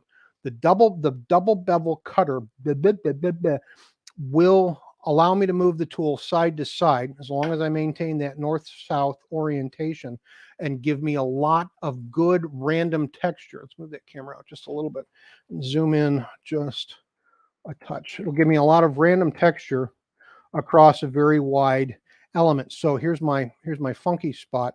I will be able to cover a fair amount of the worst of that with this tool and hopefully hide some of the results caused by that weird texture. I'm going to press and hold, and I'm simply going to let the cutter move from side to side. I'm going back and forth. Basically, I'm filling in all of this area with dozens and dozens of little point pokes.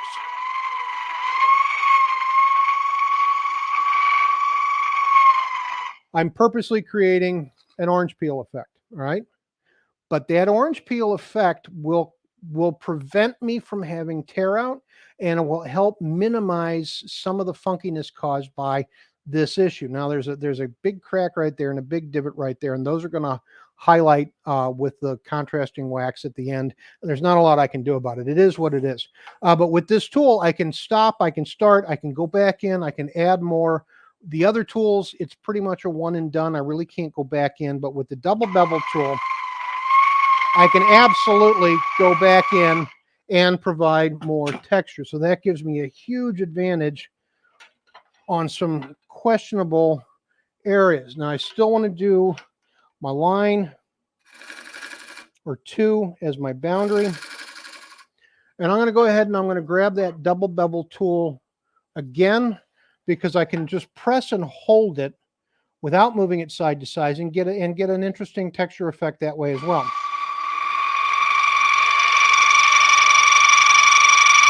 I don't know if you can tell, but this is very loud.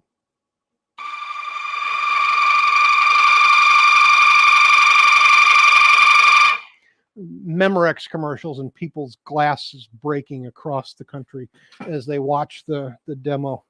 Just see my dog's ears. Yeah. Dog's going, what the heck is that, man? All right, stop, check my work. Okay, so holding it straight up and down, I get just a series of controlled points. Moving it side to side, I get an orange peel effect, and I can use that tool in these two different manners to create different effects based on what I want as my finished result.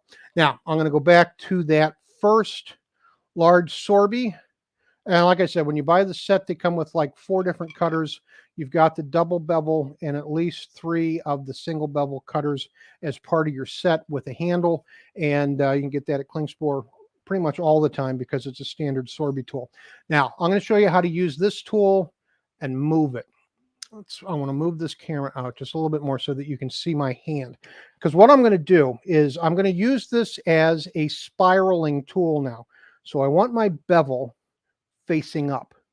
And I'm going to start this cut with the cutter at almost 180 degrees. So say 170 degrees, 165 to 170 degree angle. And I'm going to press and hold against the surface of the wood. I want to make sure I've got enough room for the cutter to rotate, but I want to have enough control.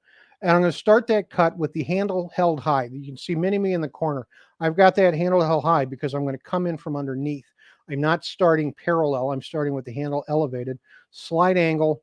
And as I make contact with the wood, I'm going to take my left hand here and I'm going to slowly squeeze it and draw the tool across the surface.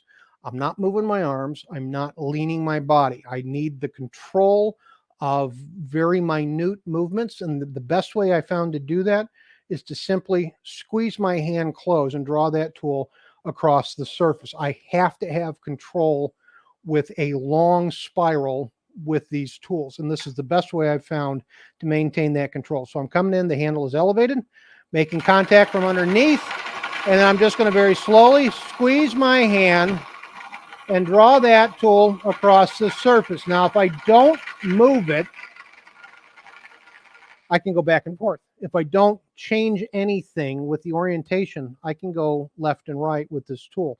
And that will simply give me a longer spiral. Okay, now it's kind of hard to see because we're in very light colored wood, but it'll show up nice with contrast when we add the color. One final line and we will move on to coloring. Need to move faster. I'm talking way too much. All right, so I finished the end. I made a line. That's the top of my vessel right there. I am good with that. Jeff's pro tip for working with any true diamond point carbide cutter, get yourself a piece of rubber tubing and always cover that really sharp point. If you bang it into another tool in the toolbox, drop it on the floor, it's going to damage the point. If it's uncovered and you draw it across your body, you're going to cut yourself badly. I've researched that more than I like to admit, and it is what it is. But it is very sharp, and we don't want to hurt ourselves. All right, so moving into color work. Real quick, we have a question from Scott. He asked, because he's a major goofball, do you ever reverse the lathe and texture on the right side to get the texture going to a reverse direction? I rarely reverse the lathe for any reason. I will sand in reverse. Issue with reversing is now you're going against the design of the tool, and on the little one you're going to back the screw out. Keep that in mind. I don't know why you would want to or why you would need to, because I've got easy access just standing here. Goofball or not, it's simple to just stand here. Going around to the other side and doing it in reverse, you're pushing a couple of things. One, if you don't have the set screw, if your chuck doesn't have a set screw and the set screw is not tight on your chuck, you do always run a small risk of your chuck becoming loose and ultimately coming off. The bigger the piece, the more likely that is. And it's always something you got to watch out for when you're running in reverse. But I don't see any advantage to standing on the other side and running your machine in reverse. There's no, Scott, I really can't see any reason not to just do it on the proper side, running in forward. Goof, you said do it like I'm doing it, and it'll be right. Do it like I'm doing it. Your way, it'll be wrong, right? But just stop trying to reinvent the wheel. Yeah, just don't move the tool rest whenever the lathe's running. Yeah, do as he says, but not as he does. I showed you what not to do. It's okay. Also, the question is behind you when you switch the camera over to the workbench. Yes. Is that the current temperature or the time? Neither. That is a static photograph. So now we all know that's a static. Because that is a static photograph. All right, you want to see something cool? I'll show you something cool. Hold on a second. You gonna go back to Morocco? No, I'm gonna go to green screen. All right. There it is. There is the bench. All right. That's why I'm using a static photograph, because this is a working shop and I work here. And you have working stuff. Got it. Yeah, that's why. All right. So ta-da. So yeah, it's been that time and temperature for, I don't know, about a year now. I think this photograph is a year and a half old. So all that stuff is accumulated in the past year? It's accumulated, been cleaned. All right. So I'm looking for something. I had a piece of acrylic. Where did my piece of acrylic go? You know, you had mentioned earlier about if you drop the screw into the wood shavings. I always thought you had to clean after every single turning. You don't leave the wood shavings. That's how you can find it very easily. Don't you keep up with your cleaning that way too? You got the part where this was a working shop, right? You saw the bench, right? There's a big green screen that covers the bench because we do not clean thoroughly in between, mostly because I'm out here all the time and all it does is get dirty and I'm lazy. You got that part too. I'm lazy. All right. I need to reach over here and grab something. Well, I guess now's a good time to let you know that the two books that we have in stock right now are going to be from Richard Raffan. That is the Complete Illustrated Guide to Turning and All New Turning Projects. Both of them 30% off. The item numbers are on the screen there for each one, and those are in stock. So that'll help you out a little bit as far as the turning books he was looking at. All right. Okay. All right. We're about ready. Gloves. Do you guys sell gloves? Nylon, neoprene? Yeah. Okay, yeah, folks, if you're doing color work, go to Klingspor and buy some gloves. They're Don't 15% ask me why. off. Just do it. Do as I say. Do as I'm supposed to do. Especially if you're going to dinner or to a wedding with important people. You don't want to show up with blue and red and black dye all over your hands. Don't ask me how I know this. It makes a great conversation piece, though. Yeah, it makes an awkward conversation piece. Get some gloves. Put gloves on in a minute because we got to do one more step. All right, half step back. We talked about, the joy of live demonstration. We talked about sanding, right? And using the wonderful Klingspor sandpaper. We've applied all of our texture, and there is some roughness to the surface. It's mostly torn fibers caused by that texturing process, hanging chads, things of that nature. And we need to do something about that. Now, what I don't want you to do is I don't want you to use your awesome Klingspor sandpaper after you apply your texture. The simple reason is because the Klingspor sandpaper is so awesome, it will sand away part of the crispness of your texture. So you don't want to use it here. What you want to do, and this is why I don't clean up my shop in between, is I want to bend over and use some of my own industrial waste right now as a burnishing tool. So I'm going to grab a handful of my own shavings, right? So I just have a handful of my own shavings. I'm going to wad it up into a pad, go to the overhead camera, put Mini-Me in the corner, put my eye protection back on because it's going to go. And I'm going to turn on my lathe and I'm going to burnish the surface. So basically I'm sanding with a handful of shavings. Key point, keep your fingers away from the surface that you're working on. It will hurt. Trust me, I've researched that one. I'm applying sanding pressure. I am moving at sanding speed. And I am simply using this to refine and clean up the surface of the wood. If you've got a lathe that will run in reverse, go ahead and put it in reverse and do the burnishing in the opposite direction. That way you run a much better chance of getting all of the torn fibers and hanging chads across the surface. The more perfect this surface is before you put on the color, the more perfect your color work is going to be. Now that that's done, let's talk about color. All right, turning is done, texturing is done. It's time to do some color work. Let's back that camera out just a little bit more. That's too much. What grit would you say that wood fiber is? Well, it's a burnishing pad, so it doesn't have a grit. Nicely done. Easy out, right? Yeah, it was easy out. Easy out. It's a burnishing pad. It does not have a grit. Sandpaper, it doesn't matter if it's 600 grit or 1,000 grit. It will dull it because you're sanding the surface. You're not removing the torn fibers. You're sanding the surface even at a high grit. And that will affect the crispness of your texture. I've researched it in my DVD on this particular project.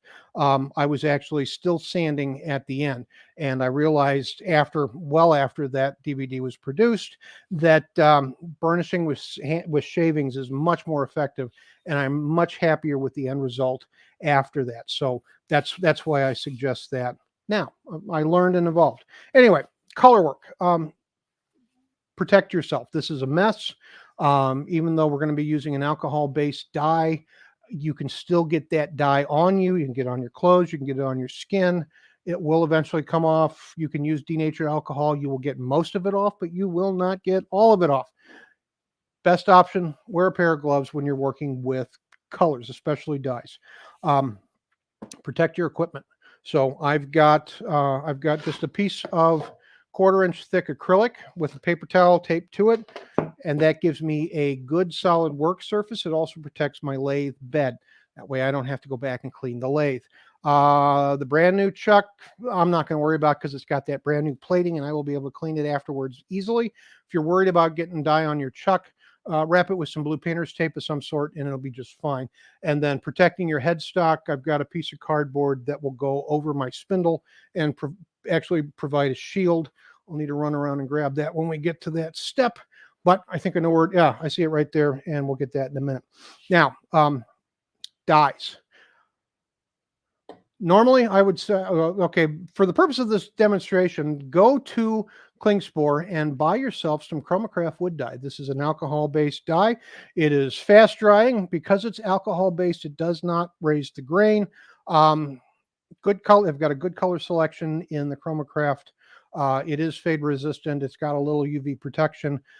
The only one that I have on hand is the light colored blue, and I really don't like the light colored blue for this project. Mike was kind enough to send me a box and with a darker colored blue in it, and the post office decided that I didn't need it for this demonstration, so I'm gonna have to use a different dye. I won't talk about it if he doesn't want me to. But the plan was I was going to use Chromacraft. I'm not a Chromacraft dealer, but he sent me out some. I've worked with this before. I like their dark blue. I just don't have any because I used it all. Well, let's put it this way real quick. Sorry to interrupt you. Is that, Yeah. Use what you have on hand. You do use the Chromacraft. And if the post office wasn't going to lose the package days and days and days ago, then we wouldn't have this issue. But, hey, it is the times of what they are.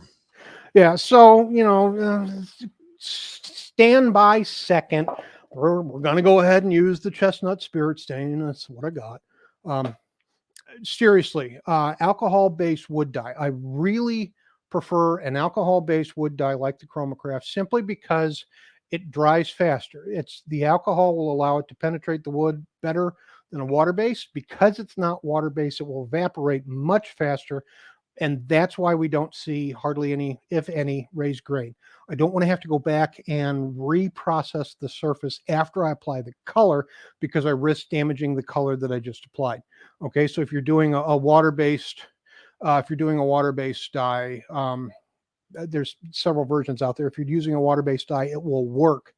You just have to be patient. You have to pay attention to the raised grain. Because we're doing texture, I don't want to deal with that.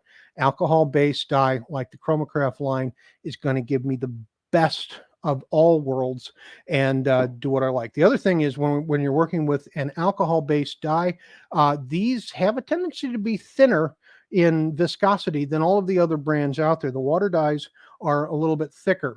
And a lot of the water-based dyes use a powdered pigment, where most of the alcohol-based dyes use a liquid pigment, which means I can do this with airbrush, which is kind of what we're going to do today. If you're working with a dye, you can apply it with a paintbrush. You just have to be fast, and you've got to make sure that you don't slop it on. If you're using a paintbrush and the piece of wood is not rotating like you would if you were using an airbrush, you were just brushing it on, it's fine. You have to be fast, and you can't be sloppy, because if you get runs and drips with the dye, it will highlight. It will not even out when you apply more color. You'll end up with a darker area that looks like an obvious drip or a run, simply because you were being sloppy with your application. And that's why airbrushing is a little bit better option for something like this. You will use less product. You will get better coverage. It will dry faster because the application will be thinner, and you have no issues with runs or drips or errors simply because you're using an air-based product to apply your color. Now, we're not going to talk a whole lot about airbrushing. Do you guys sell airbrushes? We do. We have a Grex airbrush that we sell. Okay, if you want okay, they got a Grex, one of the best in the industry. If you want a proper airbrushing system, go to Klingspor, get one of their Grex setups. You can buy lots and lots of different accessories. They will work with the Grex airbrushes. You can use other airbrushes or hoses or whatever. You can buy the Grex compressor. You can buy an adapter and turn your shop compressor into an airbrushing compressor just by having a couple of reduction fittings and using that on your Grex airbrush and hose. It'll work just fine. I've been airbrushing since the mid 80s in the ceramics industry, so I have all of the options available in my own shop. But for single color application, the thing that I really like to use is this little guy. This is called a Richardson Atomizer. You guys sell a Richardson Atomizer? I don't think so, to be honest with you. Oh, bummer. Okay, well, if you need one of these, you can go to the walnutlog.com and buy one.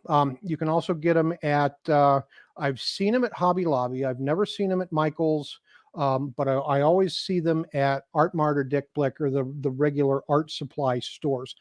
They're about $8. And this is the Poor Man airbrush. This is an airbrush.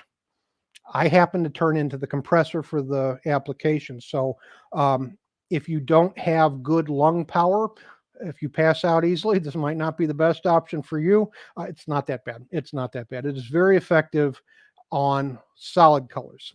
I could do up to a 3-color sunburst if I wanted, but it's not the best option for anything that requires any precision or any control, simply because I'm the compressor. And there's no way to dial in the accuracy of the spray, so you run the risk of overspray and things of that nature. All right, now I've got my shield. This device is going to go over my headstock. Let's go to the side shot here and back that out a bit. All right, so that's going to go over my lathe. If Klingspor doesn't sell these shields, I can sell you the plans. Meet me in the parking lot after the event with cash, and I will sell you the plans for the lathe shield. Okay. You got it. All right. Basically, it's a piece of cardboard that I cut a slot in, and it fits over my spindle. It does not protect my chuck. It does protect my headstock. And that's I can clean my chuck. I really don't want to get color. I really don't want to get more color all over my headstock. There's plenty of color on it now. All right. So lathe speed, about 250 or less. I want this to rotate it, but I want it to rotate slowly. I'm going to use my dye. We're going to pretend this bottle is Chromacraft dark blue, because that's what I wanted to use. And because it's a dye, things have separated. I want to shake it up, give it a good shake, and take the cap off. Now, Jeff's rule for working with any liquid product: if it is in your hand, the cap can be off. If it is not in your hand, put the cap back on. If you're going to set it down to talk to the camera, put the cap back on. Why? Because you're going to hit it and you're going to knock it over. How do I know this? Because there's permanent color stains on the concrete under all of my machines, because like Scotty, I'm an idiot. And I put it down, I don't put the cap on, and I knock it off. But I thought you had wood shavings down there. Those get swept up on occasion, and mostly to see how bad the coloring on the concrete is. You know, I gotta clean up every once in a while. The wife gets fussy. Anyway, so for the purpose of this demo, I'm going to use the Richardson atomizer. This is an airbrush. I am a compressor. The long down tube of that atomizer is going to go into the bottle of dye. The short tube with the cork on it is going to go into my face. I'm going to turn on my lathe at about 250 RPM. I'm going to get fairly close to the piece, and I'm going to blow. When I do that, a Venturi effect will happen in my airbrush, and I will apply color to the surface of the piece. People always say, don't inhale, yada, yada, yada. You cannot suck the dye back up, because there is a physical separation between the two tubes. What you can do that you probably don't want to do is, if you inhale through this, you're going to suck up the fumes, and I do not find that enjoyable. They taste funny, and it really doesn't give you the effect that you're hoping they give you. Don't do it. It's not good. Also, wear eye protection. This is not a good time for you to wear a face shield, though, because this will all be on the inside of said shield, and that will be funny, but it will be really messy. But wear some eye protection, because there could be some blowback. All right, so like I said, we're running about 250 RPM. The atomizer stem goes down into the bottle of Chromacraft blue, and I'm going to put the cork in my face, get really close, and I'm going to blow.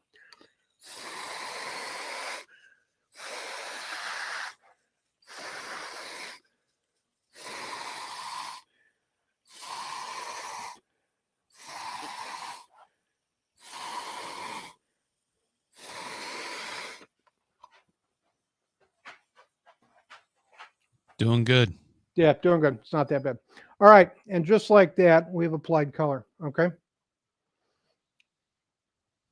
I made a couple of passes. The color is down into the texture. It has covered everything. The entire surface is covered. Because I want to set the bottle down, I'm going to put the cap on my Chromacraft dark blue and set that aside.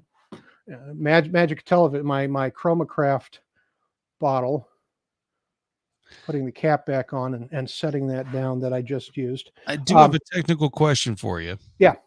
When you're applying an NGR dye like that, I see that it's darker blue in the center and it's gotten much lighter blue on the outside. Is that someone who's never used a alcohol-based dye? Is that something they should be noticing?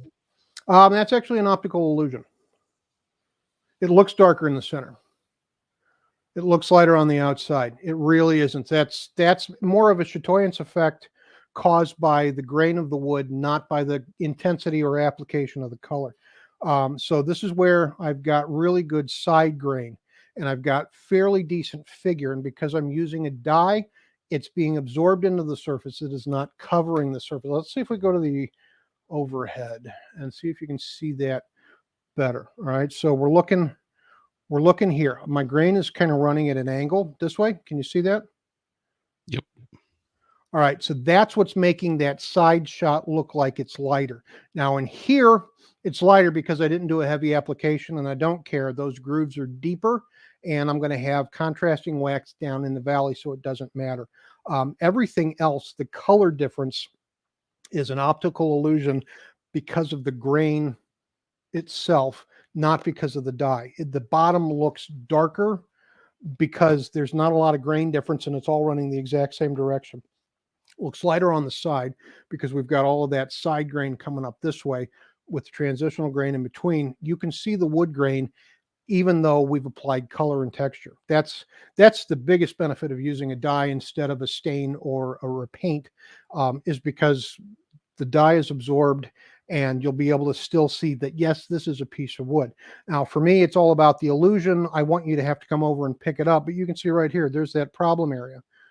All right, the problem area is still there. It kind of looks cool. That might actually work out to look like a crack. I might end up being happy with that. But the difference is the wood grain, not the coloration. So the bottom really isn't darker. It just appears to be, and it's a trick of the eye based on the chatoyance and grain direction. All right, now I'm stalling, so good for you for that. Is there any other questions? I'm wanting this to dry a little bit more before we go on to the last step. Scott dares you to breathe in on that Venturi tube. Dude, I did. That's why I was staggering. I do it all the time. I'm researching this for you so that you understand that you don't need to do that. Yeah, man. There's no effect. It's not cool or anything, man. There's some purple elephants in my shop, though. That's neat. All right. So cleanup is simple. I'll do this later. I'll get some, I've got a bottle with denatured alcohol. I'll just flush this clean, wipe it off with a paper towel, and I'll be ready to go for the next application. No big deal. Now, the last step is I want to apply a contrast. I need to apply a hard contrast to highlight all of that texture work that I did, all that time that I put in, I want to highlight. Now, I'm going to use what's called a liming wax, and there's a number of different brands out there. What brand of liming wax do you guys carry? Do you have the Mylands liming wax? No, Lebaron. Liberon. Okay, the classic original Liberon white liming wax. All of the liming waxes work in the exact same manner. Some are more bright, some are less bright. Try them all and see what you like. I've got a different version here that I'm going to use, but the application and end results are pretty much exactly the same. This is a wax product, just like a finishing wax, and it has a powdered pigment in it. Back in the day when they originally made this 100, 200 years ago, they used powdered lime because that was the brightest, whitest, contrasting type stone or mineral that they could find to use as a coloring agent for various things. Now we're using a white pigment. Some of the brands use a white powdered titanium. Those are going to be a little bit more expensive, but that is super bright white. I believe this is just a white pigment, and it's fairly bright. And all I'm going to do is take a piece of paper towel. It's just a piece of folded up paper towel. I'm going to scoop some of that white wax out, and I'm going to apply it to the surface of the texture. What I'm doing is I'm literally smashing the pigment down into all of my grooves. All right. This is where we get that really sharp, high contrast. And nowadays, modern liming waxes, depending on the company, do come in a wide variety of colors. So if you don't want white wax on blue, there are other options out there. Don't know what Klingspor has. I just know that there are a variety of colors available. You might need to go looking for them, but maybe Klingspor's got them. I don't know. We do. Serious question from Yeah. Scott. No need to seal the grain with a lacquer or shellac since the inside color and outside color will be the same, right? Actually, it's more these alcohol-based wood dyes have a little shellac in them. That's why it's not necessary to seal anything before we apply the contrasting wax. I don't need a sealer because the sealer's already in the dye. Huge advantage to working with modern coloring products is there's already shellac built in. So additional sealing is not necessary. Now, have there been times when I've done that? Yes. Am I going to tell you why? No, because it gives me an advantage over you on some of my finishing products and finished pieces. And I got to sell stuff at Christmas time to make money too. So I can't give everything away. But yes, there are times when I might require an additional sealant just to give myself a cleaner end result. So that's all I will say about that. If you're having trouble, check out what type of dye you're using. Okay, if you're using something like a trans tint, because that is a concentrate, it is simply liquid pigment that you mix with either denatured alcohol or water. That doesn't contain any shellac. So if you're using something like trans tint or similar, you need to seal it before you apply the wax, or you're going to have a mess at the very end. And just like earlier, I have realized that I forgot something over there. So I'm going to close up my white wax, get this out of the way. But that's the application of a liming wax. You simply, for this type of project, you simply smash it into the texture that you have created. And I'm just wiping the excess off on my paper towel because I don't want to use paper towel for the final buff. And the reason is the paper towel will shred, and the shredded paper towel will embed itself in your texture, and you're going to spend several hours of your life picking shredded paper towel out of the texture. So the best thing to do at this point is to get a very small piece of cotton cloth. I know the rule. Don't bring cloth to the lathe. The rule is actually don't bring anything larger than a 3-inch square of cloth to the lathe, but still use due diligence and don't let it get wrapped around your finger. I've got a 3-inch square. I folded it into about a 1/2-inch diameter pad, and I'm only holding this like I would hand sandpaper between 2 fingers. I want this cotton cloth as my buffing agent because it's not going to shred. It's not going to get caught up in the material. I can apply the right buffing pressure because I need to clean all of the excess liming wax off of the surface of the piece. The only way to do that is to be able to properly buff this thing, and I can't properly buff it with a piece of paper towel. It's not going to work. So I've got this. It's just a piece of old t-shirt.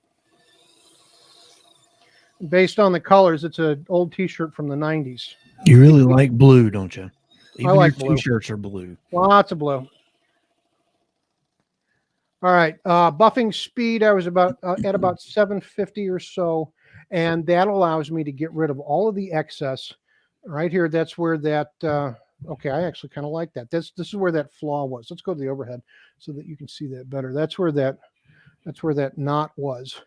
And it kind of looks like this piece has a crack. I think I'm going to go ahead and finish this when we're done here. But check that out. I've got a nice clean surface. Finished project looks like it is a piece of porcelain. Now, the very last step that I would do for this is I would apply a spray gloss. Mike, what kinds of spray gloss do you guys carry? Spray lacquers, spray acrylics? We should have some Deft still in stock, but for the most part, everything is Mohawk finishes. Okay, I've not used Mohawk. I'm not even sure if that's available here in St. Louis, but I have used Deft. It is available on woodworkingshop.com. Okay. Yeah, I can't buy it. I don't think I can buy it local. That's what I meant. I can always buy it from Klingspor. All right, so rail can finish. Use Deft or Mohawk because those are the best. That's why Klingspor carries them. Apply your spray finish with your lathe off. Do not run your lathe when you're applying a spray on finish. Centrifugal force is a thing. It will cause you problems. So what I do is I want my lathe running as slowly as possible. And depending on the machine, about 150 to about 165 RPM is where I want. On my Galaxy, my Nova Galaxy, which is where I'm working right now, I've got it dialed in at 150. On my Powermatic, lowest sweet spot is about 165, and I really don't want to run any faster than that if I can avoid it. I've got my speed set, but my lathe is off. It's not running around, and I don't want it to run while I'm applying the spray. Let's go to that long shot, that side shot, and back it out just a little bit. All right, so I've got my lathe ready to run, but I'm going to apply the spray with the machine off. So let's pretend I'm using. I might actually be using Deft spray lacquer. You never know, or it could be Mohawk. Does Mohawk come in a white can?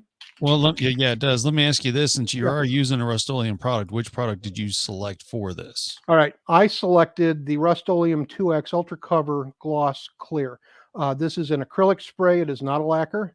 And the reason why I like it on my texture work is this is much thicker out of the can than something like a Deft clear lacquer would be. And I started with Deft and it works just fine. You need more coats to get decent coverage because I'm working on a textured surface. Because I've used a little bit of wax, there may be a residue. A clear acrylic actually seems to apply better. That's why I prefer this. And the Rust-Oleum 2X Ultra Cover is thicker, so I can do 2 or 3 applications and get a really nice thick application that does not interfere with the feel of the texture, but it gives me the coverage that I need. That's why I prefer this, honestly. Well, I can tell you that. So being an acrylic, you're going to get more of a water white look, so it's not going to change your blue to a green. If you apply Def over a color, you are going to apply a little bit of amber to that. It's a yellow lacquer by nature, so it is going to change the depth of your blue. So in Mohawk, they have what's called a cab acrylic, which is even more crystal clear water white lacquer, so it won't change the color whatsoever. Cool. All right, so I need to check that out. That's what you're saying. Jeff needs to check out Mohawk. I'm adding it to my list of Jeff's package, or the package we're going to send you. Yes. There you go. that hopefully will show up where the previous one went renegade. Stupid post office. All right, any spray finish, it's called a rattle can for a reason. There's a little ball in there that needs to be shaken and bounced around. It will agitate and shake and mix your product properly. Always shake your rattle cans before using them. Have your lathe speed set up at a slow speed. Do not start running your machine at a high speed because the liquid finish will be thrown outward by the force of centrifugal force. Trust me, don't do it. I've been doing spray finishes for decades. You don't want your machine running.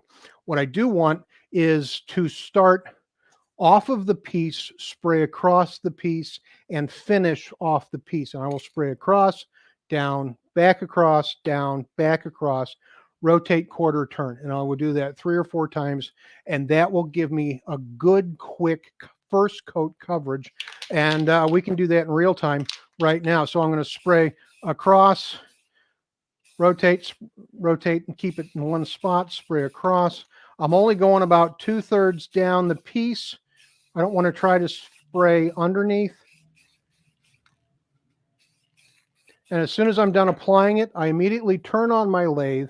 And because it's set at 150, 165 RPM, I run 0 chance of my liquid finish being forced outward due to centrifugal force. And I will let this rotate for a couple of minutes to get that first coat to set. Turn off the machine. I will do the exact same application again.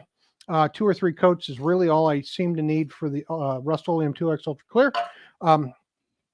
And I will give you a good report when I get my hands on some Mohawk. We'll see how that does. Now, that brings us to the end of this particular demonstration. Does anybody have any questions on the Morocco bowl. So this is not anything. This is for me. Have you ever used the gilting instead of the liming wax? Absolutely. The question was about gilding paste. Let's go to this camera here. All right. Oh yeah, always use proper ventilation. The shop's closed up right now. It's a little little stanky right now. 2 times that high. Gilding, yeah. We're getting a good buzz on, right, Scotty? Gilding waxes, gilding paste. You use your liming wax type product to highlight and contrast the depth of the texture. You use a gilding paste, which is going to be a much stiffer product. You use that to highlight the surface of the texture. So on my Morocco piece, the blue is on top and the white is in the texture. If I used a gilding wax or gilding paste, the gilding wax, that metallic color, will be on the surface and the base color will be in the depth of the texture. So it will be the reverse effect. But if I was going for something, if I wanted it to be gold, copper, or silver, if I wanted to look like a metallic vessel, not a ceramic vessel, I would use the gilder's wax instead. And if you give me just a second to duck behind the curtain, I might have a sample. He just disappeared. Yeah, whoop-pow, he's gone. I mean, there was a door right there. You could have used that. Door goes in the kitchen, and we'll do that in a moment for comfort break. Yeah, dun, dun. All right. Yeah, I'm kind of going in where the door is. That's right. All right. So this was my original attempt at a Nick Agar style Viking Sunset Bowl, and so this piece is, I don't know, 8 years old now. I think I did it 8 years ago, but I used the gilding wax on the surface. So the base color was black, and you can see that in the texture. The gilding wax went on the surface of the texture so that you can still see the black down in the grooves. And it is the reverse effect to what we did with the blue and the colored wax here. So it's still a good option. It just gives you a different effect. You know, there's lots of things you can do for lots of reasons, and everything you try will do something a little bit different. Very cool. Okay. All right. Any other questions on the Morocco bowl?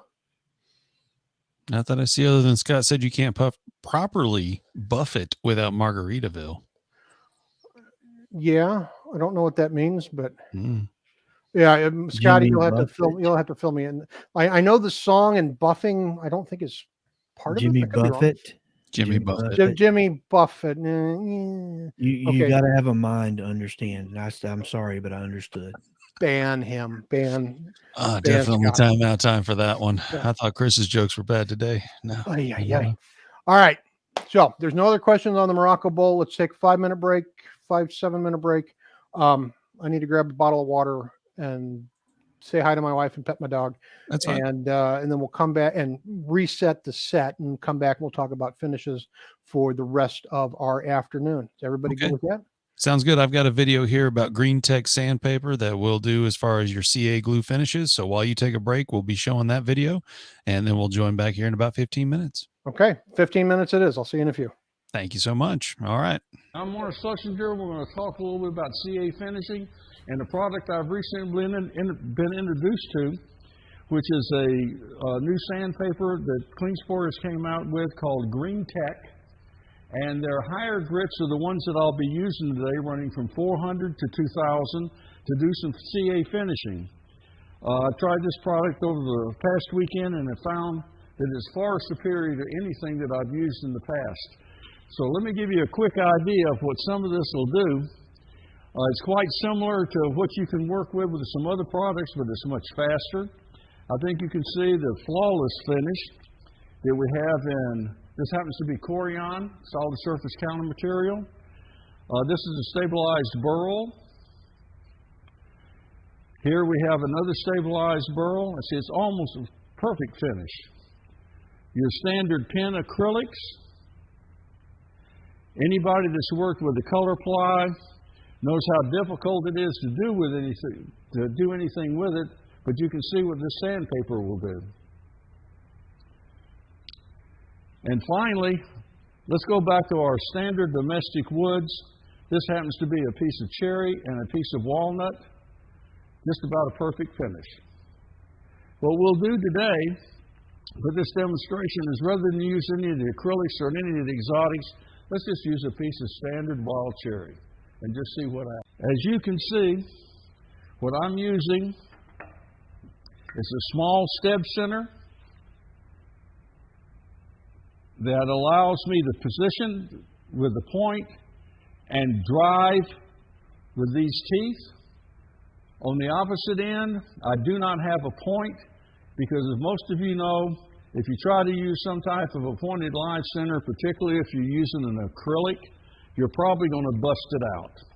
So let's just stay with the standard. We'll use the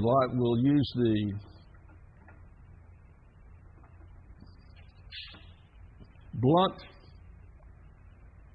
cone-shaped center, or the live center insert, which again are available for special order through Klingspor. It's called a small point kit from One Way.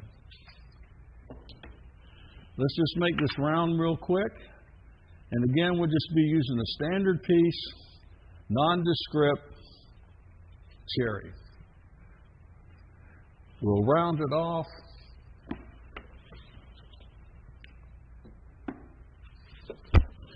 With the spindle roughing gouge.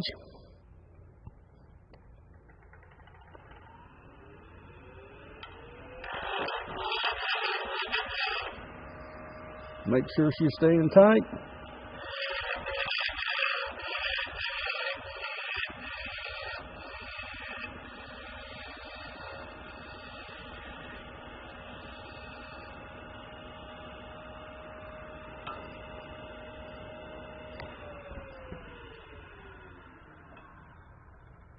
The only thing that we need to do now, if this happened to be your pin blank or whatever it is, or bottle stopper or whatever it is you happen to be using,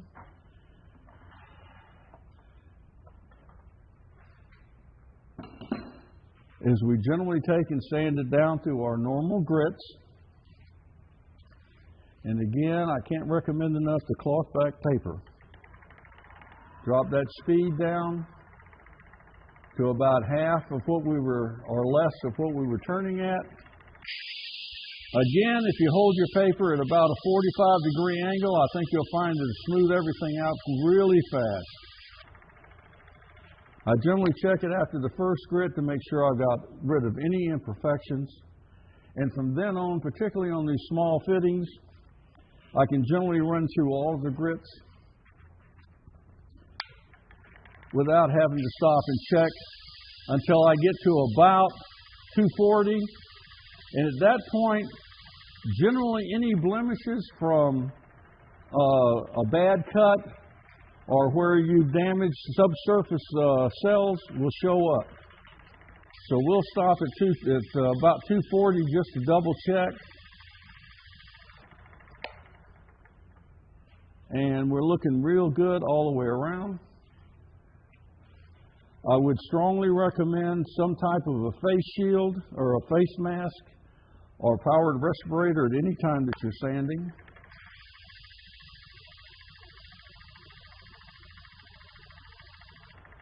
I use a dust collection system and supplement it with a box fan blowing from my back across to the dust collector. And the dust collector hood would be sitting right where the camera is looking at right now. If you look, I'm up to 400 grit. You can see I'm picking up a small sheen, which pretty much tells me I'm there. And once I'm at that point, somewhere between 400 and 600 is when I'll start applying my acrylic finish. Now I apply it in a manner of generally 3 coats of thin, followed by 3 coats of medium with accelerator in between. You may find you need to use a little bit more, particularly on the wood, not on the acrylics. I put a finger protector on. Some people buy these in packages for $15 or $20. I generally get a Band-Aid. It works real well. Okay, let's go with our thin. Drop the speed of your lathe down to where she's barely walking. I put a few drops of the CA on, rub it on with the first coat, missed it, and if you're lucky enough to have gone to school and can count past 10, try to hit 15, and you'll find that it's dry. Time for the second coat.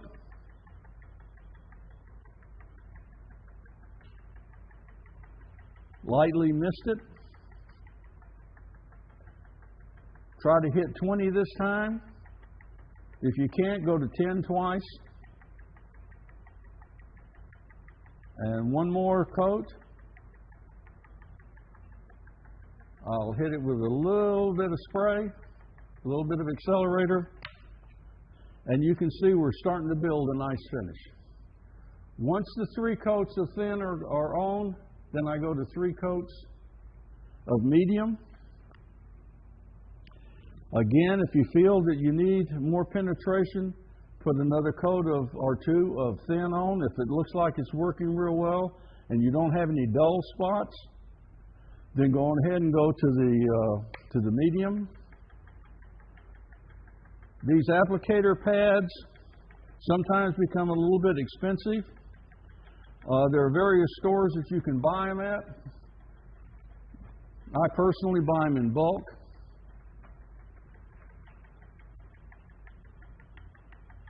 And we'll put our first coat on.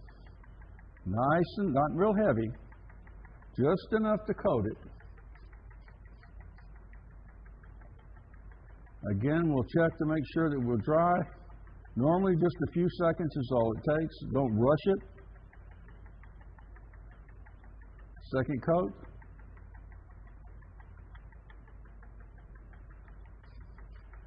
The purpose of the finger protector is occasionally that CA glue will seep through your applicator and it gets a little bit warm. So I try to put that Band-Aid on just to protect it. We're in pretty good shape. We'll put our final coat on.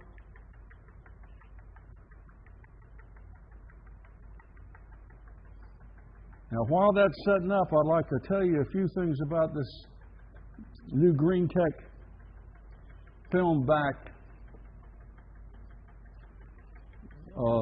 sandpaper. It comes in sheets.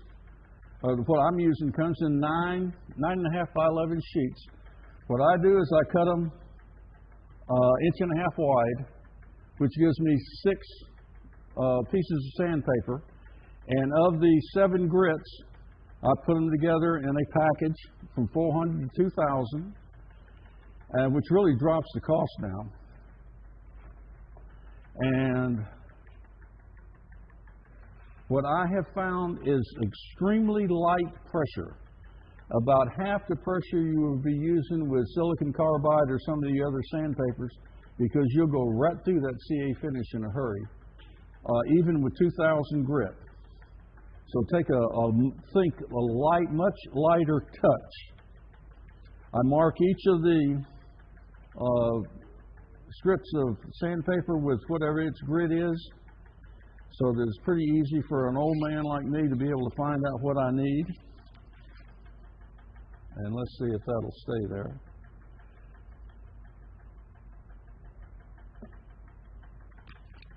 Keep your speed down. There's no reason to brace it. And we'll go across. Watch the dust that comes off.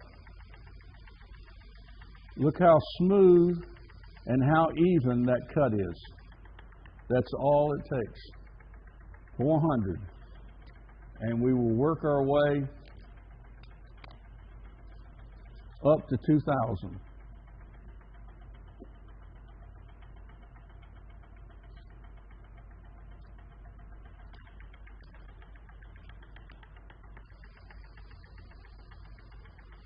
See how even that is? Light pressure.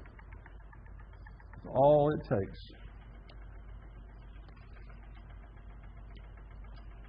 It takes more time to keep the sandpaper organized than it does to do the job.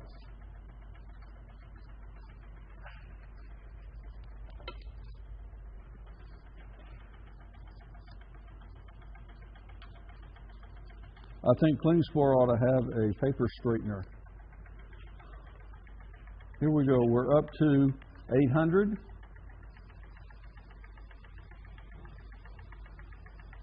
Can you see the real fine dust coming off? Almost nothing. But it is cutting extremely fast. And it behooves you to use a very light touch.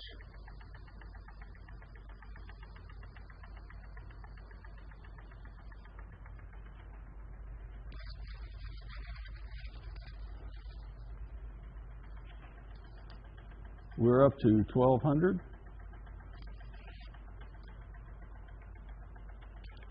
And if you've been using some of the silicon carbide papers or some of the other papers, like some of the other products that are out there, can you see the dust flying off of that? That's 1200 grit. And like I said, a light touch or you'll go right through that finish. We're at 1500.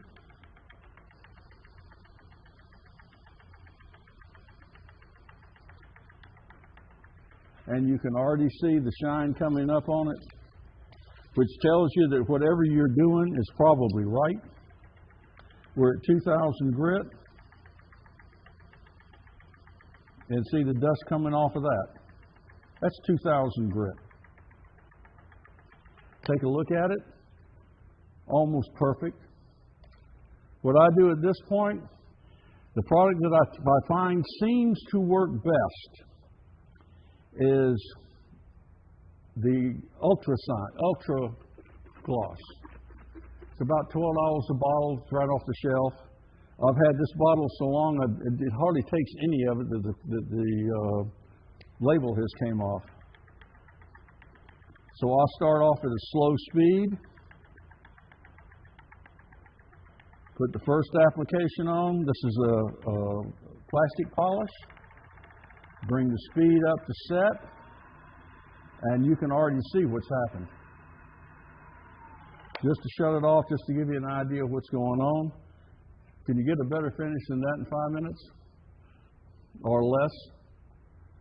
I find that I like to put the second coat of the Ultra Sheen on it. I think it is Ultra Sheen, I believe is the right term. And it's right off the shelf. Again, start at a slow speed.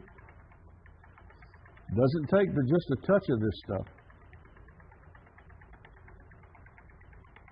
Bring the speed up slowly.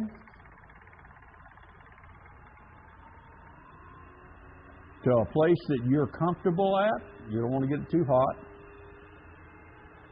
And then I use a clean cloth just to make sure that I've got rid of all the residue. And again, what we're working with here is a piece of domestic wood, nothing fancy, but look at your finish. Doesn't get much better than that. Hope you guys enjoyed it.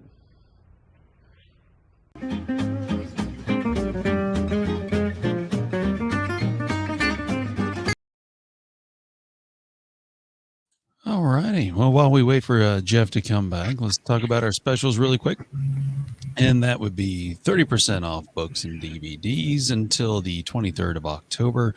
Woodworkingshop.com. And you can find all the books and DVDs on the left-hand side, as well as CA glues, the CA glue finish that Morris was just showing us there with the Greentec.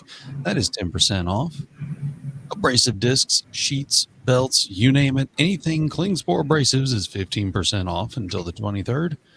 And then Arbortech Tools is going to be 10% off until the end of October on select items. And we will have more about Arbortech tomorrow. But those are our specials. The books that Jeff was mentioning earlier is going to be 30% off. And that is the Turning Projects with Richard Raffan, as well as the Complete Illustrated Guide to Turning. Both of those are 30% off. Lots of deals for everybody. Jump in there and grab yours Today. Or the 23rd, whichever. And believe it or not, there's a lot of that stuff that we just showed you is in stock. I believe it. So also coming up tomorrow, we've got power carving in the morning with King Arthur Tools as a new line called Manpa.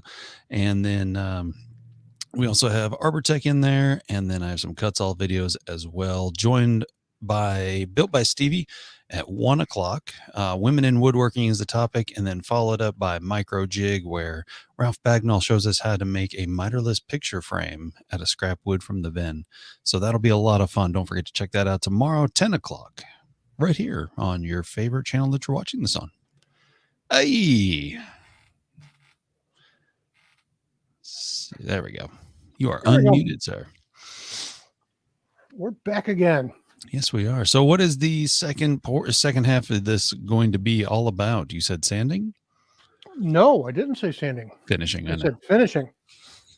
I was trying to get more. Sanding is part of the finishing process, so you could have been correct-ish. I'll let it slide, mostly because I'm going on vacation tomorrow, and I don't care. There you go. Looks like you're already on vacation now with Morocco behind you. Yeah, whatever it takes, man, right? That's right.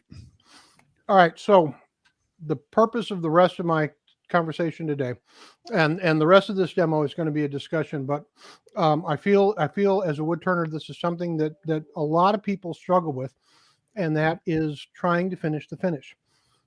There's a bazillion, and that's an actual number, bazillion. There are a bazillion products out there, some that you guys carry, some that I carry, some that the hardware stores carry, some that everybody carries, some that are perfect for what we're trying to use them on, some of them that should not be used on turnings or things of that nature. And I've got a really nice finishing demo that covers a lot of this. And basically what I want to do is I want to make sure you're using the right thing for the right application. I want to make sure that you're not using the wrong thing at the wrong time. But most effectively, I want to make sure that you are using what you have in the most efficient manner, and that's usually in the way that the product is intended to be used. Because there's a couple of products out there that you think they should be used one way based on the name, and they are probably actually supposed to be used another way because of what they actually are. And we'll get into that in a minute. But what I like to start talking about first is food safe. Food safe is, well, it could be an entire conversation all on its own. But for the purpose of today, what I want to do is point out what's food safe, what's not food safe, where are there boundaries, what you should consider, dispel a couple of myths, and give you a couple ideas on some great products that you can use. And hopefully the products that I'm going to be talking about will be able to be purchased today or the 23rd for a discount from Klingspor Woodworking. So we will take each one as I'll tell you where to get them, and hopefully most of those answers are going to be, well, from Klingspor, of course. But let's start talking about safe, and I'm going to go over to the big camera so that you can see me a little bit better. It's easier here. All right, so food safe. This is something that the wood turners are always talking about. And the reason why we're talking about it is because a lot of the things that we do are intended to be used as food consuming out of vessels or serving vessels or utility vessels, or, dough rising bowls and ice cream bowl. A lot of ice cream bowls are used in my house, which isn't a bad thing. But you need to know what is safe, that's not going to cause any issue with what you're using it for. You need to have a couple of ideas, maybe a couple of things that you shouldn't be using for various reasons, not because they're dangerous, but because that's not what those products are intended to be used for. And I will cover a couple of things that you probably didn't think about that maybe you shouldn't be using and the reasons why. But in a nutshell, any commercially made finish that is made and intended to be used as a finishing product, whether it is for a table or a butcher block or a counter or a bowl or a vessel, any commercially made finishing product will be food safe if allowed to cure long enough. And long enough, industry experts all agree, long enough is about 30 days. Basically what you want to do is you want to let that finishing product cure, so that any metallic dryers will off gas and neutralize, any solvents will evaporate and neutralize, that anything in there that may be harmful will go away or become inert. And as soon as that happens, that vessel is perfectly safe to be used to eat your ice cream out of, or popcorn or salad if you're a healthy person, which I'm not. I don't worry about salad. But you can eat you can eat stuff, you can serve stuff, and you don't run the risk of having any issues because of the finish. Now, all that said, any homemade finish, whether you're using perfectly neutral products or not, if you made it, you cannot claim that it's food safe. You can absolutely state that it was made with food safe ingredients, but you cannot claim that it is food safe. There's a legality there that you really should not go beyond, because the way the United States food safe certification process works is the products themselves are not certified. The manufacturing facilities are. The FDA does not certify products. It allows or disallows ingredients, but it will certify manufacturing facilities to produce, test, and run quality control on commercially made products. And that's where the food safe certification comes from. It's not the product, it's the facility, the recipe, the manner in which those products are made, and how often they are tested for consistency and safety. That's how that works. So even though I made finishing products for years, unless I sent my material, my recipes to a manufacturing facility, and that was certified, I could never claim that anything that I made was certified food safe. I could absolutely say this was made with mineral oil and beeswax, and those are both pharmaceutical grade products that are completely safe. But that's not the same as saying my finished product is food safe. And there's legal reasons why I couldn't do that. So just something to keep in mind. Not that you're out there making and selling homemade finishes, but something to keep in mind. There are people out there that think that the FDA certifies products, and they don't. They have a list of ingredients that you can use. They have a list of ingredients that you cannot use. And they certify facilities, and the facilities, for a fee, will manufacture and test every batch of finishing product or whatever it is that they're manufacturing. They will manufacture and test every batch for consistency and safety, and that's where that certification comes in. That said, all commercially made finishes will be food safe if allowed to cure at least 30 days. That's just industry standard, so don't worry about it. Super glue, like the gentleman on the video was talking about. Cyanoacrylate glue does not contain cyanide. You're not going to get cyanide poisoning if you use super glue as a finish. If allowed to cure long enough, yes, it will become food safe. There's various reasons why I don't want to use a CA super glue type finish on a functional utility piece. Big reason is it is brittle. It builds up a shiny layer on the surface. It can be damaged easily. If you're using a metal spoon to eat your ice cream out of that bowl with, you're going to end up damaging that finish, and you cannot fix it after the fact without completely redoing the entire vessel. So I would not use a super glue type finish as a food safe finish. That's not what that product is intended for. Pen finish, like was shown in the video, absolutely. Decorative item all day long. Utility piece? No. Reason why is because when you're dealing with finishes, you need to match the finish to the intended function of that piece. So something that's going to get used, a utility piece, whether it's for salad, for ice cream, for popcorn, for rolls, for wrapped candy, doesn't matter. That finish needs to be paired to the function of that vessel. So effectively two types of finishes. One type of finish is it's a wipe-on finish that is absorbed by the wood. These are going to be your oils. The other type of finish is a finish that will build up in layers on the surface of the wood. Those are your waxes, your polys, your CAs, your lacquers, your shellacs, and things of that nature.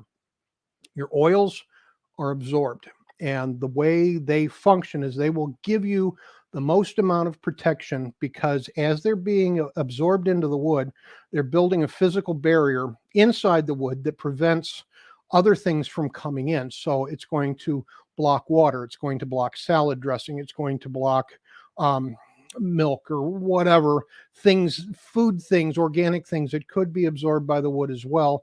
And once they're absorbed, they can't be washed away, and they might go rancid inside the wood. But if they can't get into the wood because there's a barrier of oil finish inside that wood, that's going to give you the most amount of protection. Downside to an oil finish is you're not going to get a lot of shine because it's not building up in layers on the surface. Most protection out of an oil finish. If you want a shiny finish, a reflective finish, you need to use something that builds up in layers on top of the surface.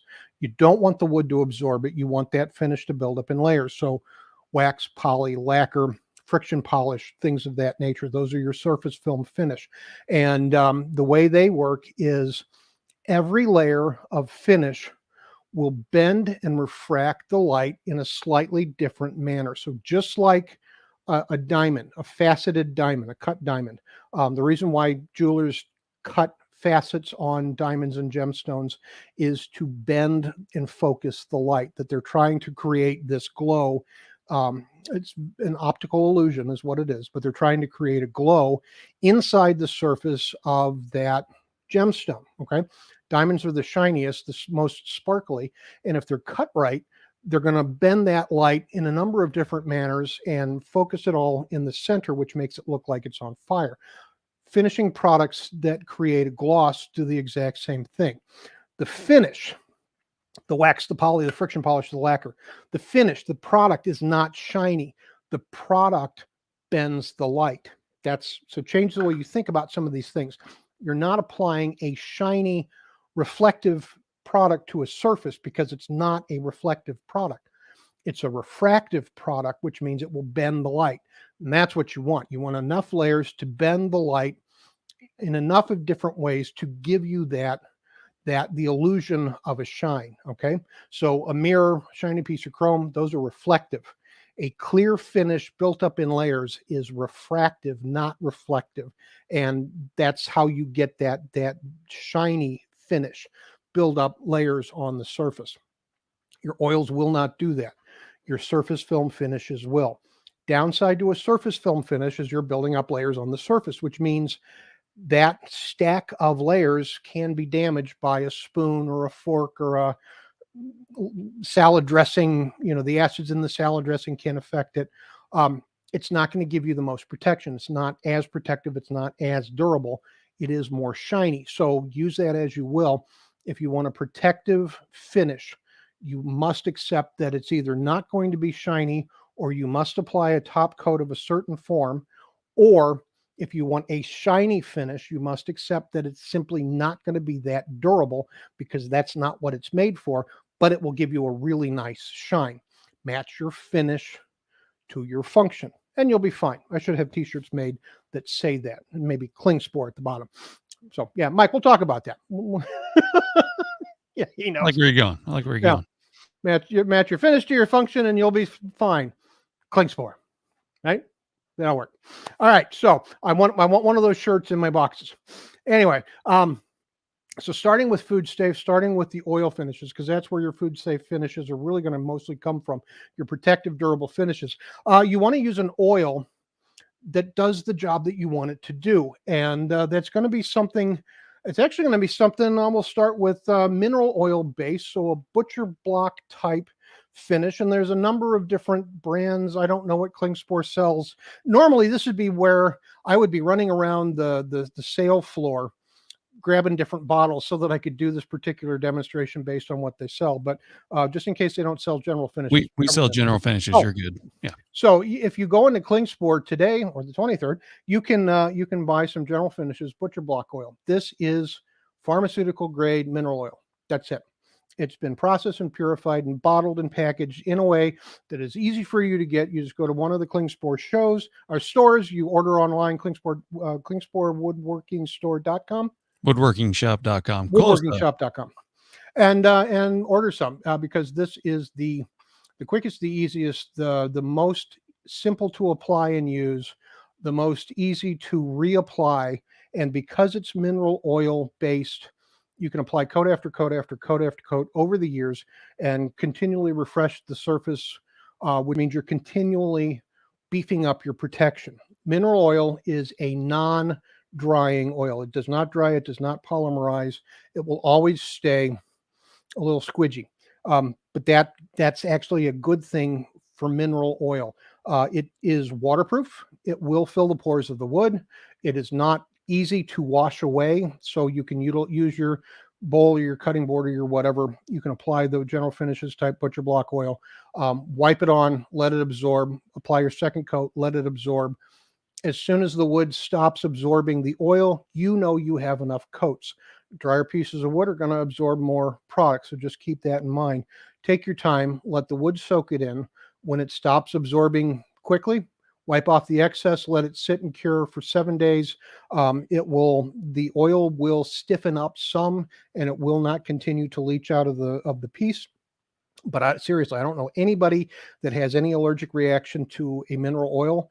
And this is the quickest and easiest way to get good functional protection for your wood turnings. Plus, you can buy this at Klingspor. So that's a good thing. Next up would be something along the lines of the kind of new Mylands Food Safe Oil. Do you guys carry this? Yes, we do. Yes. 2 for 2. All right. So the Mylands Food Safe Oil is mineral oil and beeswax. There's enough beeswax in here to provide a little additional protection. So even though that mineral oil will never cure, the beeswax will. The beeswax will harden up a little bit and will lock that. It will lock that finish inside the wood a little bit better. So the Generals is fine. Mylands a little bit better because it's going to give you a little more durability over the lifetime of your finished piece. Like with the butcher block oil, the straight mineral oil, you can still reapply additional coats if you'd like to, but the Mylands is going to give you just a little bit more protection. So that could be a good option as well. I started using this when this came out, and I'm a Mylands dealer as well, and I really do like it. I take this as a finishing product for my students at the art school at which I teach, and it really does give you a nice finish and a fair amount of durability, which is what I like. I'm lazy. I don't want to have to refinish things, and doing something like this with the Mylands is great. Now, if you sell finished pieces and if you use this, your customers can still use just regular old mineral oil or a butcher block type finish to touch up and refinish as necessary over the years as they use it. But the Mylands Food Safe Oil really is a good option. Next up from there, let's see if we can go for 3 for 3. Do you guys carry the Mahoney's utility finish? And the utility finish with wax. Yes. Okay. Both All of them. right. Ta-da. All right. So next up from the Mylands is going to be your Mahoney's utility finish. This is walnut oil. I know, allergies. I get it. The cool thing with the Mahoney's product is the protein that people are allergic to has been filtered and processed and cooked out. I'm not a doctor. I'm not a lawyer. You're going to have to make your own decisions for your pieces and your customers and whatnot. But I know the science. The people are not allergic to the walnut oil. They're allergic to a protein that is in the walnut oil. And when the walnut oil is processed to create a finishing product, that protein is filtered and processed and cooked out. So it is not, this is non-allergenic, but you use your own best judgment for your customers and your pieces. The reason why I like this is, unlike mineral oil based products, this walnut oil will polymerize, which means it will turn into a dry, hard finish in just a matter of days. It will chemically transform into a solid, a hard solid as far as oils are concerned.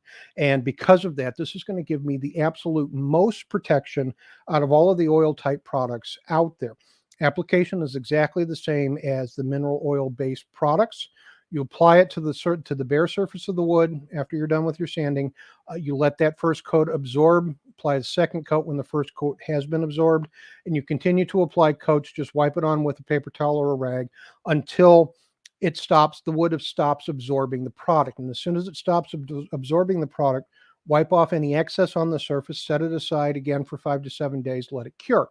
Once it's cured, it will polymerize and it will become a hard solid inside the wood. Because of that, just like the other oils, we're not going to get a lot of shine because we're not building up layers on the surface. That's where something like the oil wax finish, which is a solid wax product. It's not open. It's a solid wax product. You can use this as a top coat for any of your other oiled pieces if you want to pop a little bit more shine, this is a great option. It's walnut oil with beeswax, and this particular blend is solid enough that it can just be applied by hand with a soft cloth.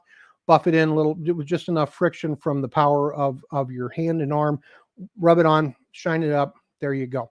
You don't need a buffing wheel. You don't need any additional anything. Best protection out of the process, and because the oil in here will polymerize, you'll get that hard finish on the surface, which means you'll have a little bit more of a durable shine moving forward. So one by itself is great. The other one actually by itself is great too. This is a great option for cutting boards and things of that nature.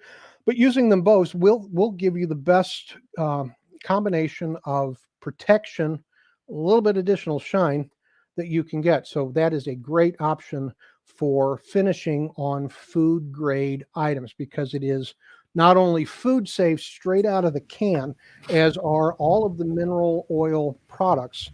The walnut oil will polymerize to a hard solid and give you the best protection as well. So I use that a lot. Now, moving forward with oils, we're going to step away from food safe. I gave you the spiel, all commercially made finishes, yada, yada, give them enough time, they're going to be food safe. That's fine. For me, if I'm going to apply a food safe finish, it's going to be something that is safe straight out of the container in the moment. I don't want to wait 30 days for something to go inert. So for me, for my pieces that I sell, I'm going to use either the Mylands food safe oil or the Mahoney's walnut oil plus the oil wax finish as my finish for functional pieces. Doesn't mean that the other options are wrong. It's my personal preference. I don't want to have something that I could sell sitting on a shelf for 30 days waiting. Now, moving forward with the oils, let's go to the tried and true. Everybody has used it. Some of you love it. I don't. But we all have it. There's everybody, and some of us got the can from our father or grandfather, and it's good old boiled linseed oil. Now, Klingspor, does Klingspor sell boiled linseed oil? Oh yeah. Oh yeah. Okay. Quarts and gallons. Clean strip or a different brand? Different brand Crown, but it's all the same. Yeah, don't worry about that. Okay. It's boiled linseed oil. It's boiled linseed oil, or BLO if you're cool. Here's the deal. We're wood turners. This was originally designed and intended for flat work, furniture, shelving, things of that nature. It is, how do I say this nicely? It is not the best option for a turned item because it was not manufactured and intended to be used on a turned item. It will become food safe if it is allowed to cure long enough. Biggest issue with boiled linseed oil is you're looking 3 to 4 weeks if you're lucky. If you're using raw linseed oil, you're looking at 1.5 to 2 months or longer for it to properly cure. It is what it is. Now, it says boiled. It has not been boiled. Back in the day, that is how they sped up the curing process, is they would take raw natural linseed oil and they would boil it, and that would change it a little bit. And it would be then sold as boiled linseed oil. What they do now in modern times, the last 40, 50 years, is they have added metallic dryers, which means it's not food safe straight out of the can. It must be allowed to cure. They've added metallic dryers to speed up the drying process. And they still call it boiled because the end result is similar to what that actual boiled product was, but the chemical nature of the product is not the same. No boiling is involved. Do not apply heat to boiled linseed oil. It can be very volatile. This is one of the things that you need to watch out, having wet rags laying in your shop. Do not allow those rags to be crumpled up in a trash can full of shavings, because you could start a fire in your shop. So pay attention when you're working with this product, but also know that it is really not the best option for wood turnings. Some people like the color, and that's fine. The problem is boiled linseed oil, when it cures, will only ever be a soft solid.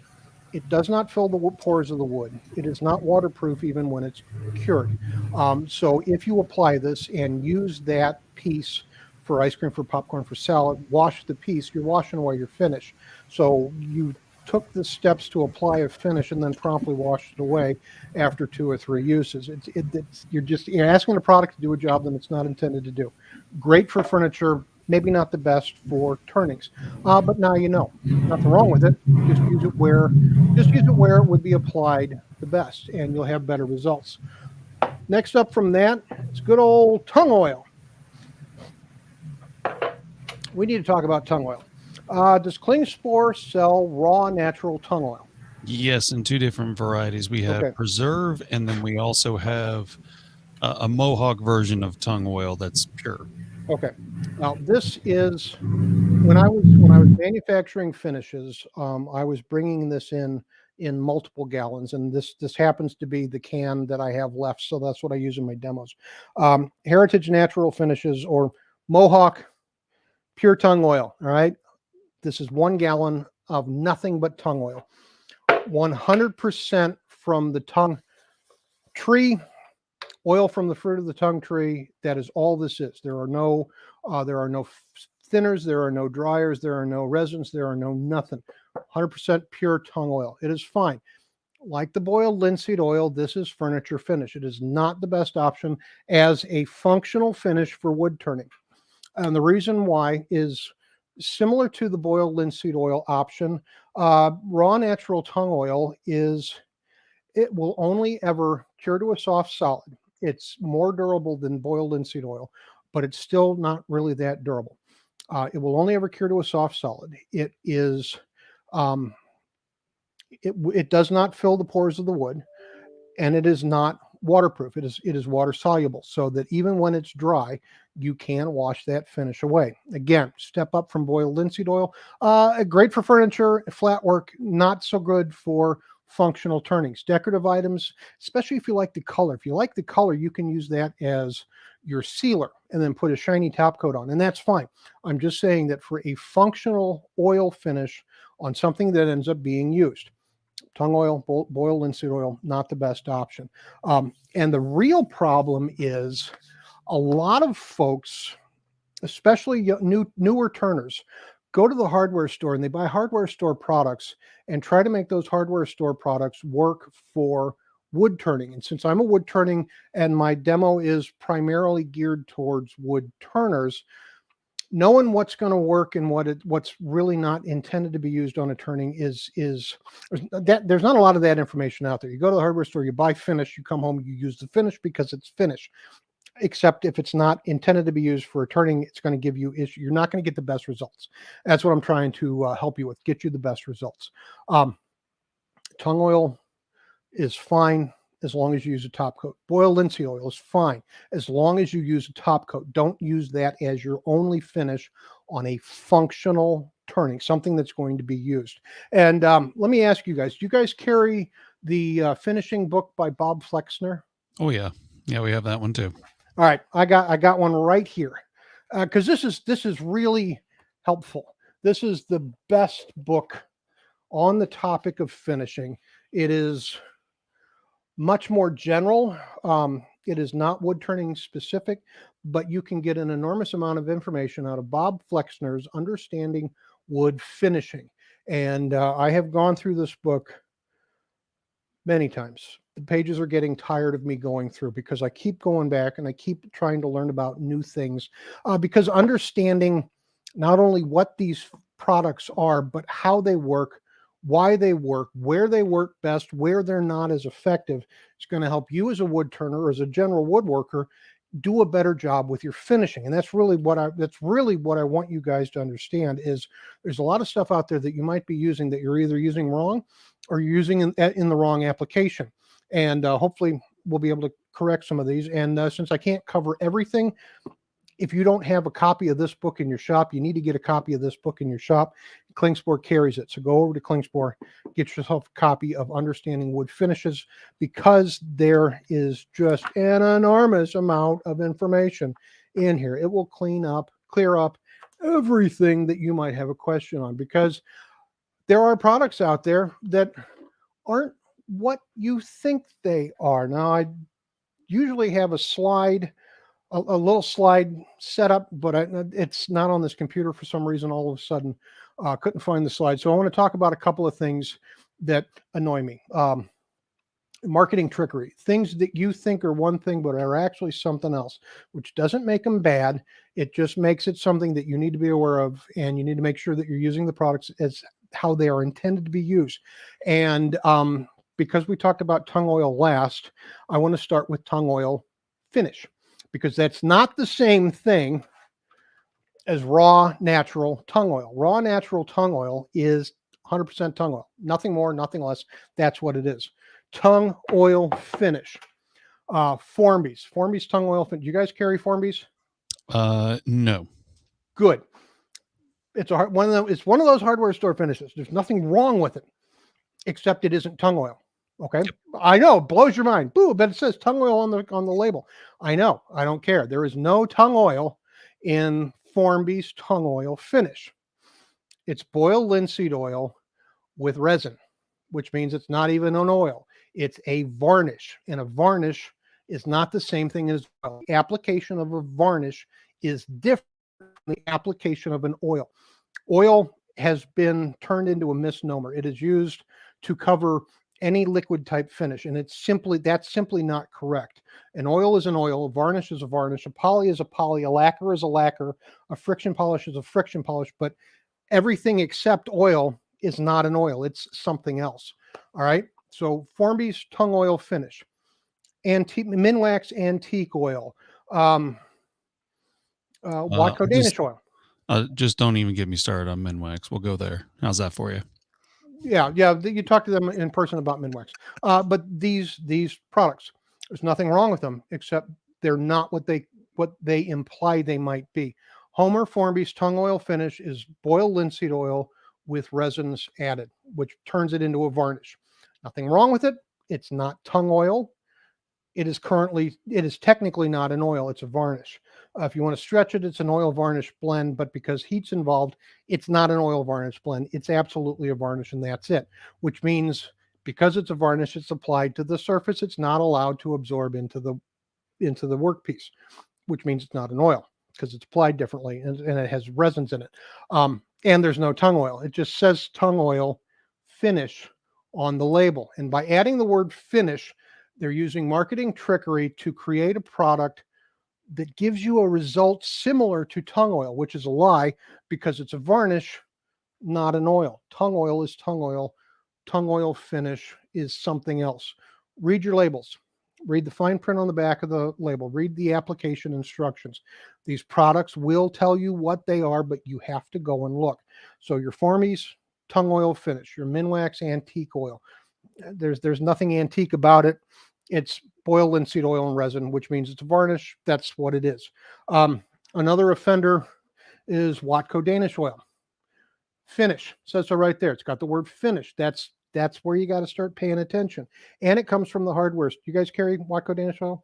We do when it's in stock. Okay. It's a great finish for furniture and flatwork because it's a varnish. It is not an oil. It is not a great choice for a wood turning because of what it is. What it isn't, it is not Danish. It is not an oil. The only thing it is it's a finish, but it's a varnish. It says so. It's boiled linseed oil with resin added, okay? And whatever formulation they use is fine. They're also adding color, which is not something you do to an oil. You can get colorized Watco Danish oil in different tints. Right there. Oils don't come in different colors. They're the color that they're the color of. And you don't add coloring to an oil. This can't be an oil because it has color. It's a varnish. Doesn't make it bad. Just makes it not an oil. Danish oil, by definition, is raw natural tung oil that has been thinned. That's all Danish oil is. And there's only one actual Danish oil commercially available in the States. And Klingspor does not carry it. No. Not that I know of. No, you don't. It's one of the lines that I carry. You don't carry that particular line. I can't sell it to you because I'm not the importer. I'm just one of the distributors. But that's what it's tung oil that has been thinned. That's what Danish oil should be. This is not oil. This is not Danish. This is a varnish. Use it as directed on the can and you'll get better results out of it. Just understand it's not a great choice for wood turnings. Furniture, flat work, go for it. Functional turnings, It's not what it was made to be used on. Don't do it. Tried and true finish. It's tried and true is boiled linseed oil that has been Not boiled. not boiled. Tried and Polymerized. That means it heat and resin, which means Mhm. it's not an oil; it's a varnish. So you got to be careful what they say. What's the other one? There's another one. It's like tried and true. Osmo. No, not Osmo. There's another one. Oh, Odie's don't tell me. Odie's oil. Odie's. Odie's oil. Made with centuries old recipe, but it's all new. Odie's oil is linseed oil and citrus oil mixed. They say on the bottle and in their marketing, no thinner has been used. That's not true because citrus oil is a thinner. Citrus oil is not oil. Citrus oil is a thinner. So if they're using citrus oil, they're thinning their product. Okay. Or no, I think Odie's oil is actually tung oil with citrus oil. I think it's tung oil, citrus oil. So they're not lying about the oil. They're lying about the thinner. No thinner used. Not true. Citrus oil is a thinner. And that's how they make that tung oil penetrate better. They improved the product. They added the citrus oil, which is a good thing. But they're not being 100% on their labeling because they're telling you, well, there's no thinners and citrus oil is a thinner. Get the Flexner book. It tells you all of this. It'll explain a lot of that. Huh? Say again? Oh, and he's gone. Poof. Mike's gone. All right, Mike's gone. Odie's oil. Odie's oil is they call it natural vegetable type oils. So sunflower oil and a couple of other food type cooking oils. My issue with that is food grade oils are not designed to be used as finishes. They have their purpose. Their purpose is in the kitchen, and that's what the little blue door over there is. It goes in my house into the kitchen. Sunflower oil, olive oil, vegetable oil in general, all of the other nut oils, they're not finishing products. They're cooking products, and they contain saturated fats. I do too. Saturated is what it is. Saturated fats are where the flavor comes from. Okay, saturated fats are absolutely water soluble. Mine are just encased in skin and they won't wash away. It is what it is. But anything made with a food cooking oil, don't use as a functional finish, because if it's a food oil, olive oil, coconut oil, sunflower oil, any of the other peanut oils, if it's something you buy at a grocery store, it should not be used as a finishing product on anything, because at the very least, the saturated fats, which are in the cooking oil, which makes them the best choice for cooking, also makes it the worst choice for finishing. So walnut oil from the grocery store is not the same as walnut oil from Klingspor. It's not the same. The saturated fat in the walnut oil has been removed during the processing part, which means the finishing oil is going to be a lousy choice for cooking, because that's not what it's made to do. This is made to be used as a finish. Walnut oil from the grocery store, olive oil for your salad, Wesson oil from the Wesson oil plant, or whatever the heck that is. Those are cooking oils. Don't use them for finish, because they're not made to be used as a finish. They're made to be used as a cooking item. Okay, for various reasons. Don't do it. And Osmo oil, because it's based on sunflower oil, it's never going to be as durable as some of these other products, simply because of what it is. It's saturated fats. You got to watch out for that, because they're not waterproof. They're water soluble. They will dissolve in water.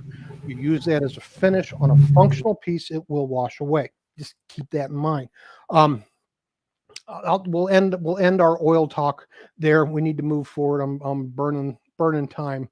How long do we got, actually? I mean, really, it's up to you, because usually we end right around 4 somewhere. So, I mean, if you got more stuff, go for it. It's not. I got more stuff. Let's go 4:15, 4:20-ish. Yeah, you can see the camera's getting tired. It's like, I'm going to go blurry, man. All right, so that's we'll stop our talk on oils there.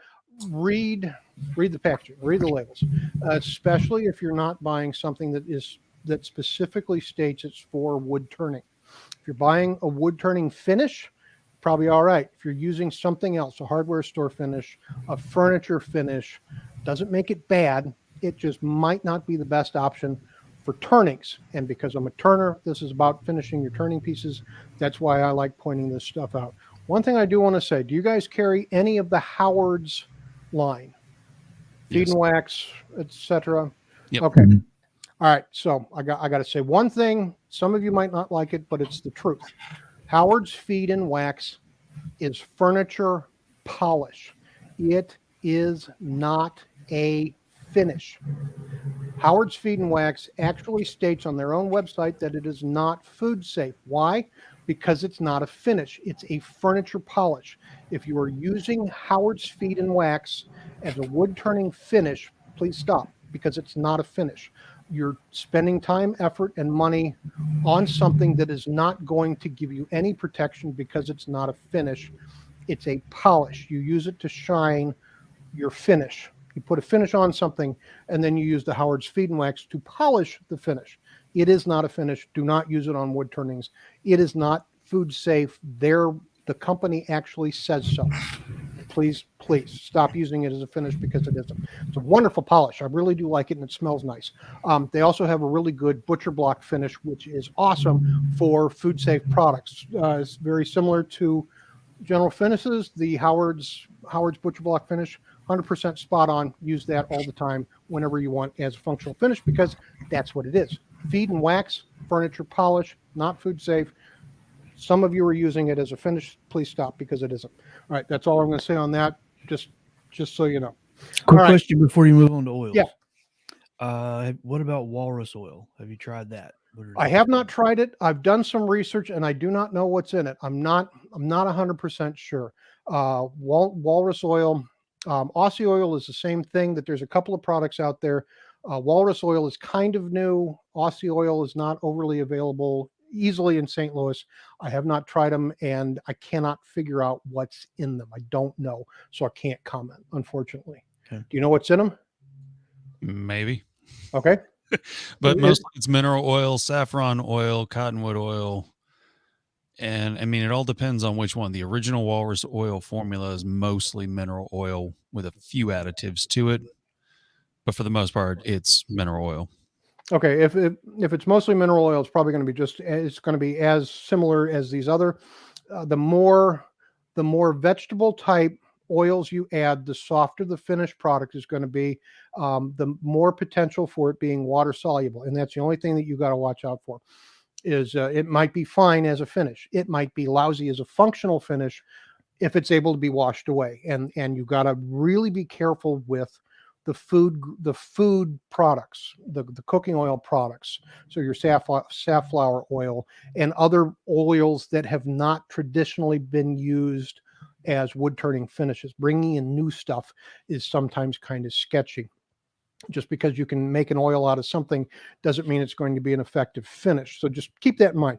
Although anything that you use because you like the color of the process, you can use as your sealer, your base coat, and you can put a wax or a friction polish or lots of other products on top of it for a slight additional durability and a lot more shine. And that leads us into the surface film finishes. So your waxes, your polys, and things of that nature, things that build up on the surface. Now, when you're using a surface film finish, you don't want the wood to absorb any of those products. You want to use a sealer of some sort. You can use your Mahoney's utility finish as a sealer. You can use the Mylands. You can use the General's butcher block finish. You can use the Howard's butcher block finish. You could probably use walrus oil or things of that nature as your sealer, something that is absorbed into the wood and creates a physical barrier that prevents the layers of surface finish from being absorbed into the wood. I don't want the wood to absorb my waxes or my friction polishes or my CA. I want that to be applied to a sealed surface so that the wood cannot absorb it, because that's going to give me the best chance of a great shine. And that's something that I'd really like to encourage you to try and do. And most of the time when I'm using a sealer, I'm usually talking about something like the Mylands cellulose sanding sealer, and you can get this at Klingspor without any issue. The Mylands cellulose sanding sealer, this is a wonderful product. Deft has a good one.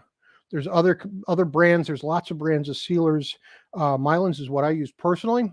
I normally thin it 50-50 with lacquer thinner. Anything that says cellulose means it's lacquer based. There are I have a Mylands sanding sealer that is also shellac based, which is fine. You could use regular just liquid shellac as your sealer.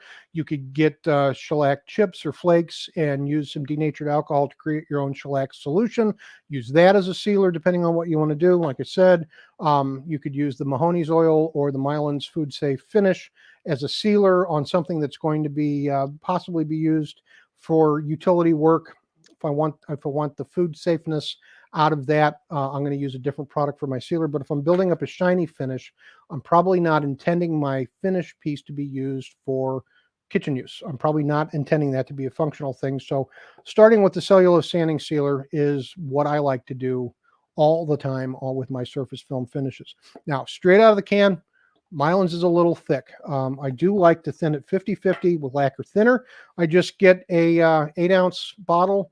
You can buy these from Klingspor, I would imagine. I imagine. Yes, you can.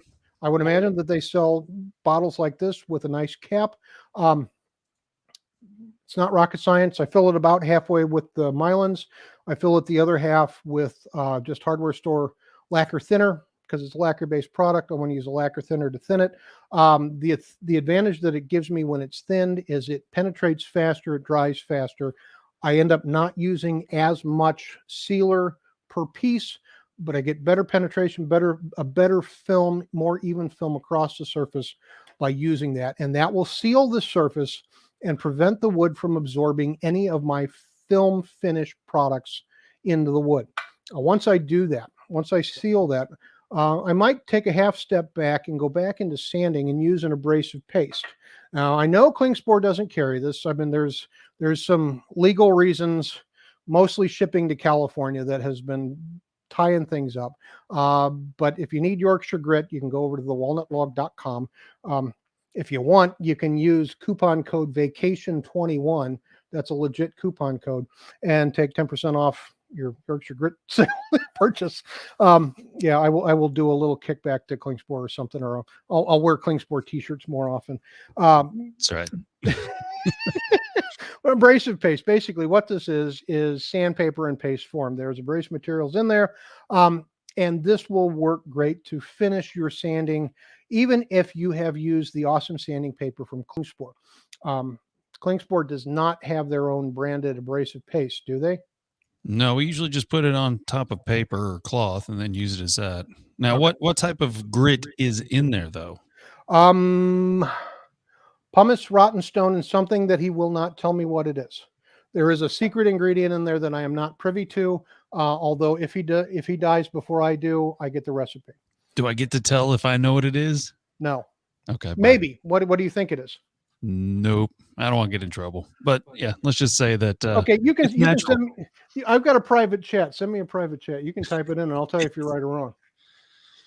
There, I just switched it over to private chat. We'll find out. All right. So while he's typing, abrasive paste. It doesn't matter if it's Yorkshire grit or something else. They all work about the same way. And there's dozens of different varieties. There's a recipe online that you can use. I don't think so. I'll have to ask. I'm not 100% sure, but I didn't think so. All right, and what is not in Yorkshire grit, but is in a lot of the other ones, is diatomaceous earth. Just so you know, diatomaceous earth is a wonderful absorbent, and that's why it's the primary ingredient in cat litter. It is a lousy abrasive. It is a wonderful absorbent. The recipes that rely on diatomaceous earth are not going to be as effective as products that do not rely on that particular product. And so just keep that in mind. If you like making stuff at home, there's recipes out there for homemade abrasive paste. Understand that they rely on diatomaceous earth, and diatomaceous earth is an absorbent, not an abrasive. Keep that in mind. But if I'm using an abrasive paste, I need to seal the surface first.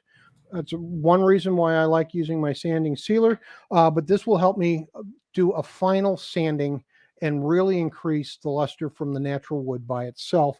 And the better the surface of the wood is, the better the finish will be by nature, simply because you cannot put lipstick on a pig and expect it to become a supermodel.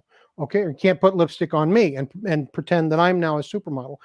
You have to have a much better surface on which to work with. So using all of your Klingspor sanding grits in the order that they're supposed to be, using a sanding sealer, then using an abrasive paste is going to give you the best surface to put your final finish on. And your final surface finish could be something as simple as a block of beeswax. What brand of beeswax blocks do you guys carry? Libron as well, and then there's another brand on top of that. Beal. We get them from Beal. All right, you carry Liberon. There, I actually have Liberon pure beeswax. So I actually might have bought this from you guys at one of the shows because I needed a block of beeswax. It's just a big block of pure beeswax. Now I've dropped it in my shop. That's not from the hive or anything. That's walnut. That's maple. I don't know what that is. But I'm a klutz and I dropped it. But your finish could be as simple as swiping a block of beeswax over the surface and giving a quick buff. Downside to beeswax. At the end of the day, it will only ever be a soft wax. Just keep that in mind. It's not going to hold a shine. It's not going to be the most durable. It's fast. It's easy. It is completely neutral. I don't know anybody that is allergic to beeswax. You can use this and be safe and get some protection out of it just fine. But at the end of the day, beeswax or any product that contains beeswax is going to be a little bit softer. Just use that as you will. Carnauba wax is going to be a stiffer wax. So the difference between something like, we won't mention the Minwax name. Oh my gosh, I heard. Mylands makes a finishing wax, Jeff. I mean, come on now. Mylands makes a good beeswax wax polish. You can see the little honeycomb there. All right. This is a great option. This is mine. This is in my shop. I carry this. This is good stuff, but I wasn't there yet. I wanted to say, since you interrupted me, if something like this is beeswax with an enormous amount of solvents, there's not a lot of protection. I know it says protects there, and I know it says polishes, but it really doesn't. And it's the volume of solvents that they have in here to keep it a soft wax. Their mix is off. I have this because it was one of the first finishes that I bought 9 years ago when I started, and it's a good, you can see how dusty it is. I don't use this ever, but I have it, and it's good for this particular demonstration. Don't buy this. It's not a great finish for wood turning. and Mike doesn't like, you're going to have to tell me what your beef with Minwax is at some point. An excellent option. I just started carrying this is the Mylands beeswax polish.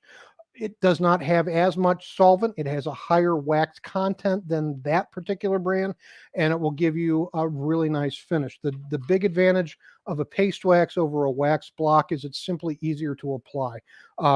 Beeswax, it's tricky. A beeswax block is difficult to apply multiple coats.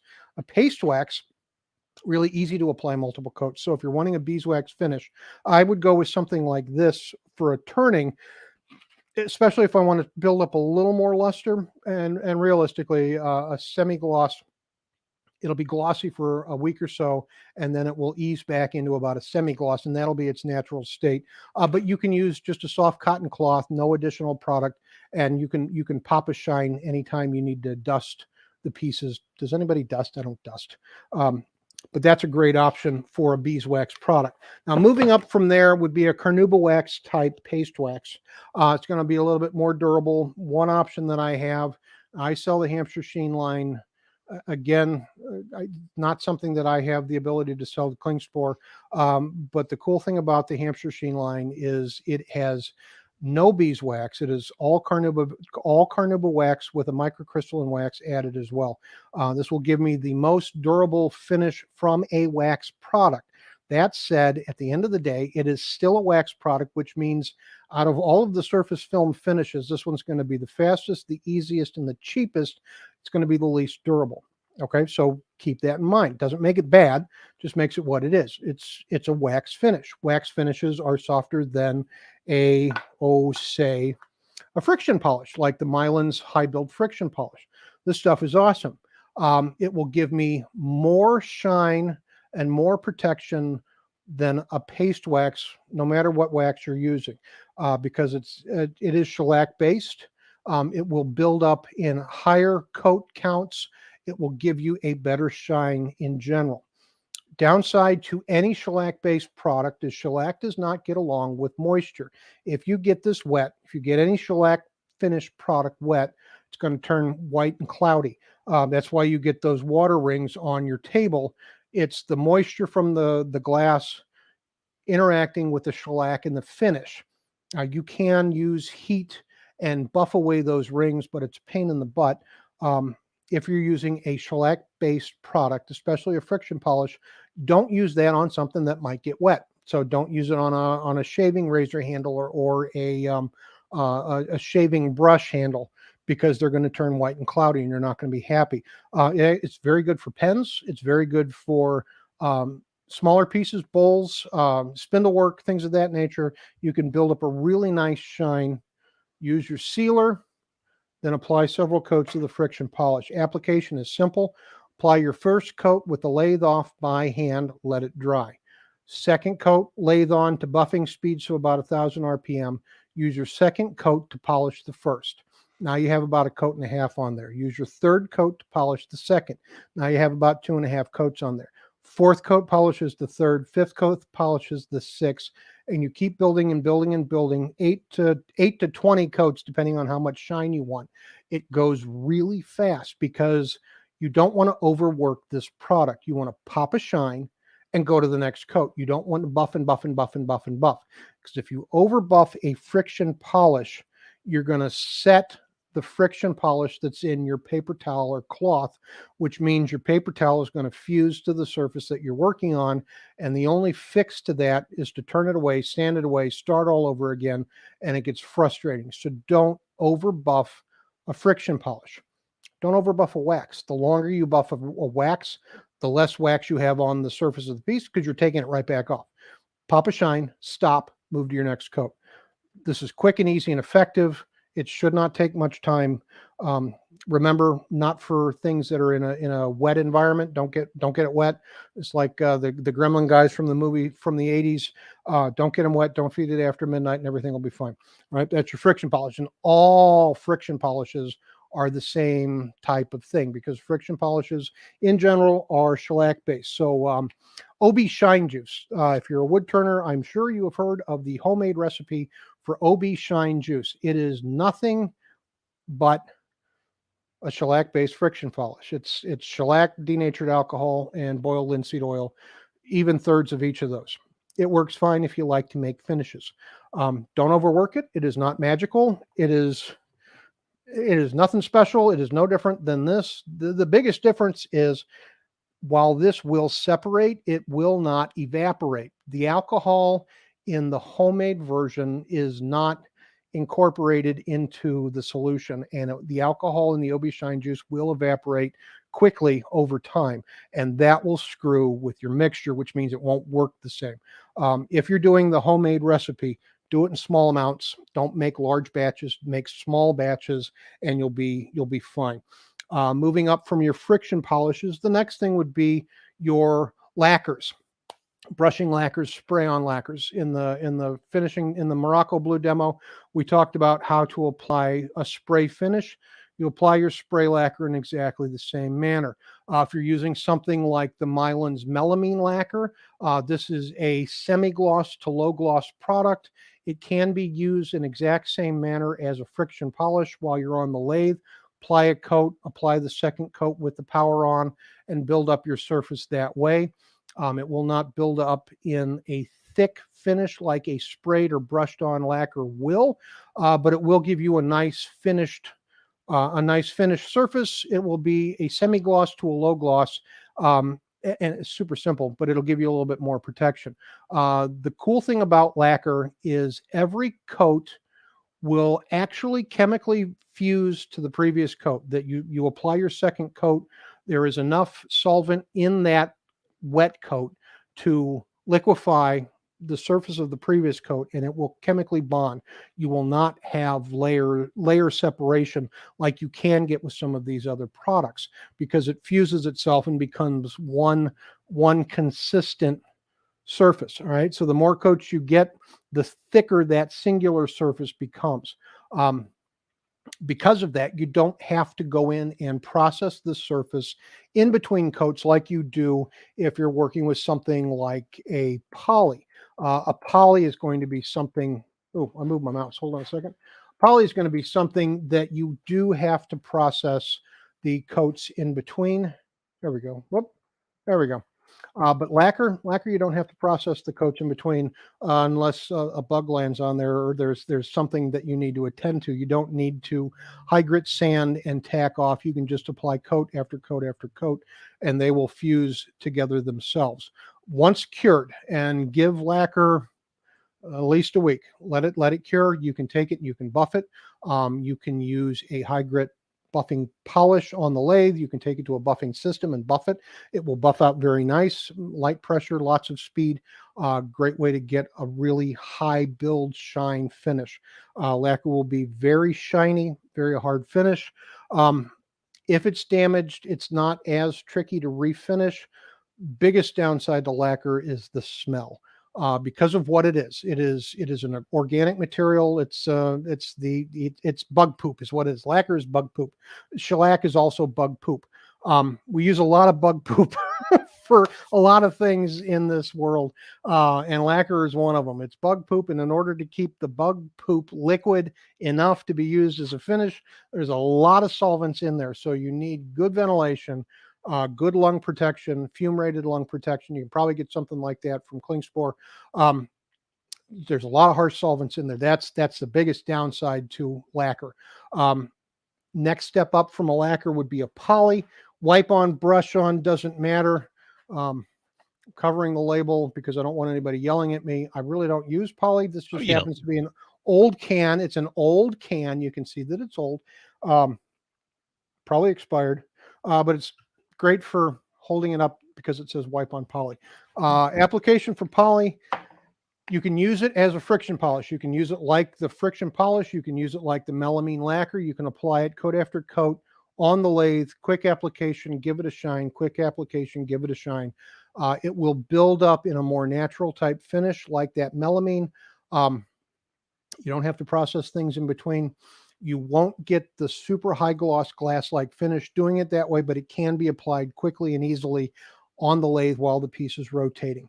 If you want a super glass-like finish from your poly, you have to take your time. You have to be patient, and I'm not. Okay, the best finish I could make, and the piece has to justify this amount of time. I would have a good piece that deserves the level of finishing that poly requires, and the end result will be stellar. First application, end of the day, I'm gonna brush it on. I'm gonna let my lathe rotate very slowly to make sure everything settles down evenly. I'm going to turn off the lights, turn off the machines, put the tools away, and go inside for the evening.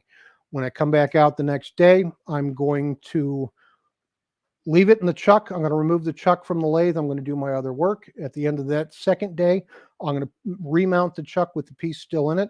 I'm going to use a high grit sand, or I'm going to do a wet sand, so 400 or 600 grit wet sanding, or I'm going to use a polishing compound, and I'm going to process the surface of that first coat. I need to process the surface of the poly because the second coat of poly will not liquefy the first coat like the lacquer does.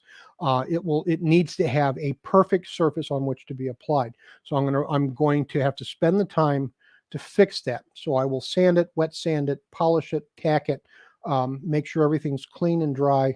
I will apply my second coat with a brush. Usually a foam brush is really simple. Let it rotate for 5-10 minutes to get everything to settle down. Turn off the machine, turn off the lights. And I'm going to do this 6, 7, 8 days in a row. And I'm going to build up my finish slowly. And the more time I spend, the better the end result is going to be. And once I get to that 6, 7, or 8 coats on there, it's going to be looking stunning. And then after I do that, I'm going to let it sit for a week and just cure off someplace safe. Because after a week, after I've got all those coats on there, I'm going to take it to a buffing wheel and I'm going to buff the heck out of it.